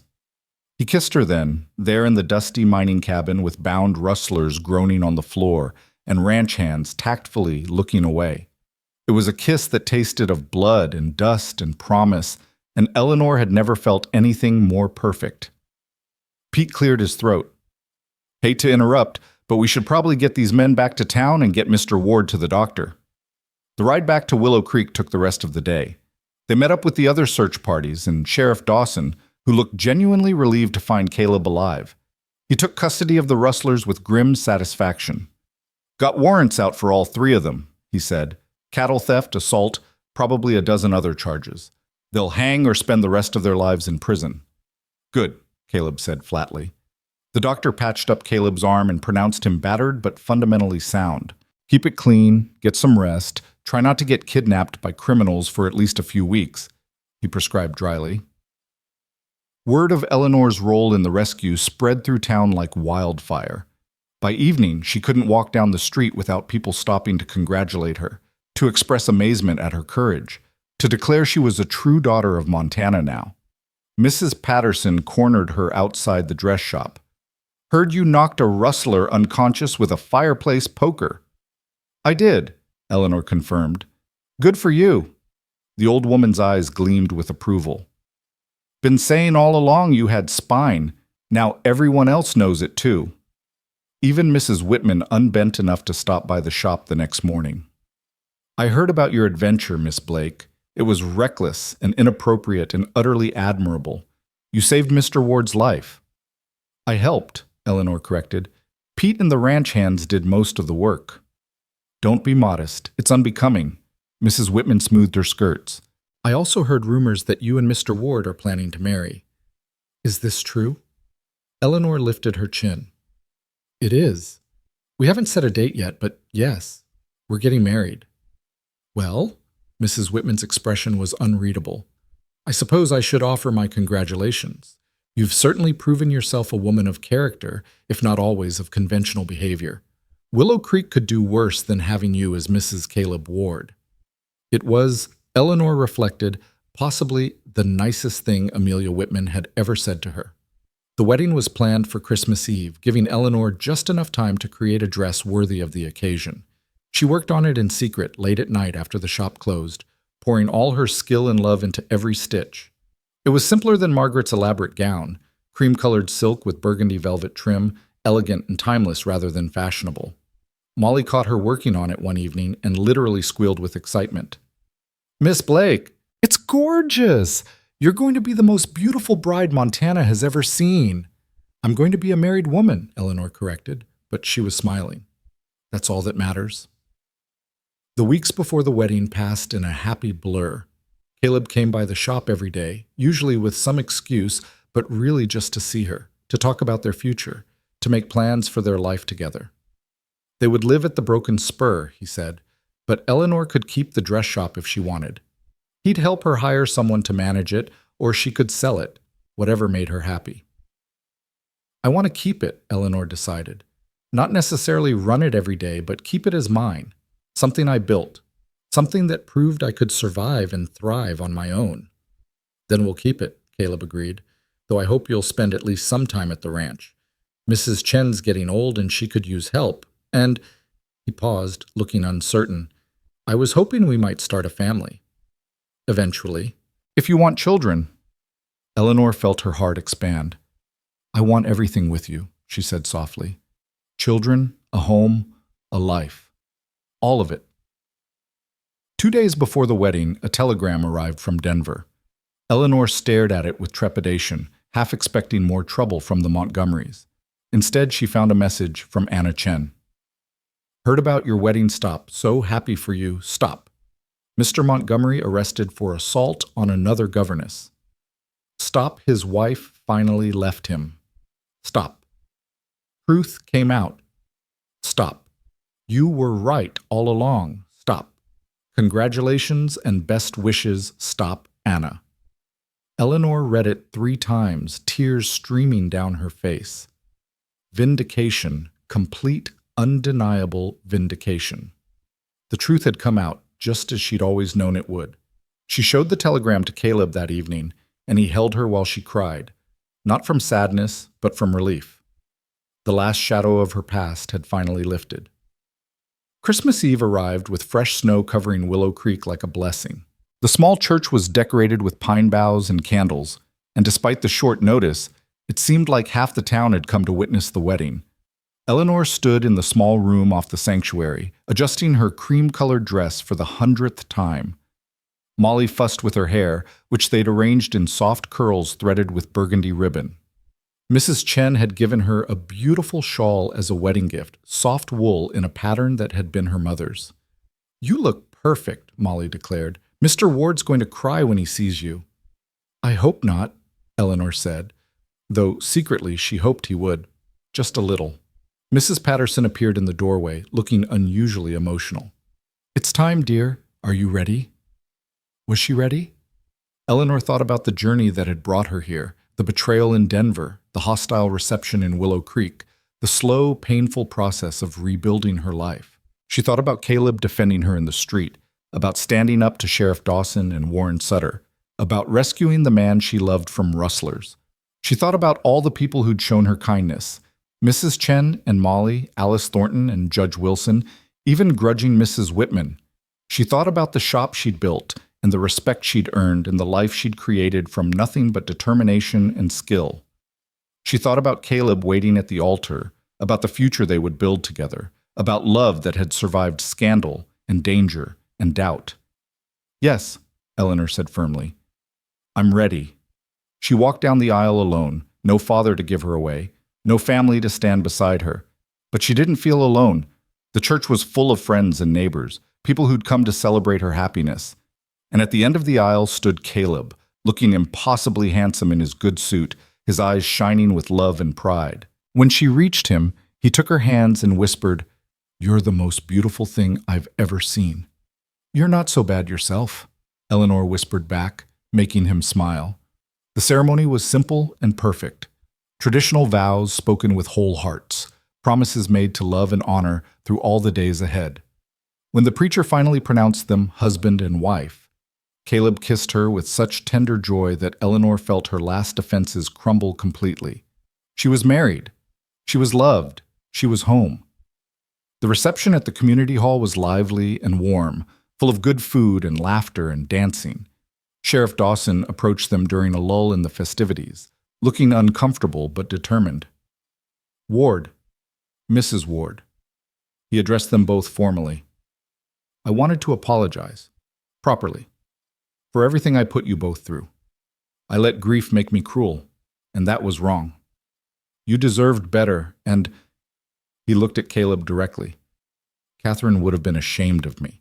She always said hatred was a poison we drink hoping it will hurt someone else. Caleb studied him for a long moment, then held out his hand. I appreciate that, Tom, and for what it's worth, I loved your sister. Her death nearly destroyed me. But it wasn't your fault or mine. It just was. Dawson shook his hand, his eyes suspiciously bright. She'd be glad you found happiness again. And Miss Blake, Mrs. Ward, she's a good woman, better than I gave her credit for. She's the best woman, Caleb corrected, pulling Eleanor close. And I'm the luckiest man alive. As the evening wore on and the celebration continued around them, Eleanor found herself standing at the window, looking out at the snow-covered town. Caleb came to stand beside her, his arm warm around her waist. Happy? He asked. So happy I can barely breathe, Eleanor admitted. 6 months ago, I arrived here expecting nothing, hoping for nothing. And now you have everything, Caleb finished. Because you're brave and strong and you never gave up. You built this life, Eleanor, all by yourself. Not all by myself. She turned to face him, placing her hand over his heart. I had help. From you, from friends I didn't know I'd make, from people who saw me instead of just the scandal. I couldn't have done it alone. Maybe not, Caleb conceded. But you did the hardest part. You kept going when it would have been easier to give up. You stood your ground and demanded to be seen. That's courage, Eleanor. That's strength. Outside, the snow continued to fall, silent and beautiful. Inside, the community that had once rejected Eleanor now celebrated her marriage, accepted her presence, welcomed her home. Years later, when their children asked how their parents fell in love, Eleanor would tell them the truth. She'd tell them about arriving in Willow Creek broken and desperate, about a sheriff's bullet in a stranger's defense, about being called broken goods, and choosing to see it as an opportunity rather than an insult. She'd tell them about learning that sometimes the most broken things, when put back together carefully, become the strongest, about how love doesn't require perfection. It requires honesty and courage and the willingness to be seen, flaws and all. She'd tell them about their father standing in a dusty street and declaring that broken goods were the only kind he'd ever buy again, and how those words had changed her life. But that night, on Christmas Eve in Willow Creek, Montana, with snow falling outside and music playing inside, and Caleb's arms around her, Eleanor didn't think about the past or worry about the future. She simply stood in the present moment, grateful and whole and perfectly, completely happy. She'd been called broken once, called ruined and used and worthless. But standing there in her husband's embrace, surrounded by friends and community, in the town that had become her home and the life she'd built with her own 2 hands, Eleanor Blake Ward knew the truth. She'd never been broken. She'd just been bent by life's storms, tested by circumstances beyond her control. And like the strongest steel, she'd emerged from the fire harder, more resilient, more herself than she'd ever been before. The broken goods they'd scorned had become something precious, something rare, something unbreakable. And in the heart of the Montana wilderness, in a small town where she'd once been unwelcome, Eleanor had found something she'd thought was lost forever. She'd found home. She'd found love. She'd found herself. And that, she thought as Caleb pressed a kiss to her temple and pulled her closer, was the best kind of happy ending there was. The musicians struck up another tune, and Caleb led her back to the dance floor. As they moved together to the music, Eleanor caught Mrs. Patterson's eye across the room. The old woman raised her glass in a toast, her weathered face creased in a smile. To new beginnings, the gesture seemed to say. To second chances and hard-won victories and love that refuses to quit. Eleanor smiled back, then rested her head on Caleb's shoulder and let herself simply feel the moment, the warmth of his body, the joy in her heart, the absolute certainty that she was exactly where she was meant to be. She'd come to Montana with nothing but a trunk full of clothes and a heart full of wounds. She'd been tested and judged and nearly destroyed. But she'd survived. More than survived. She'd thrived. And now, as midnight approached and Christmas Day drew near, Eleanor Ward danced with her husband and looked toward the future with hope instead of fear, with confidence instead of doubt. The cowboy had chosen broken goods, and the broken goods had chosen him right back. Together, they were whole. Together, they were home. Together, they were unbreakable. And that was more than enough. That was everything.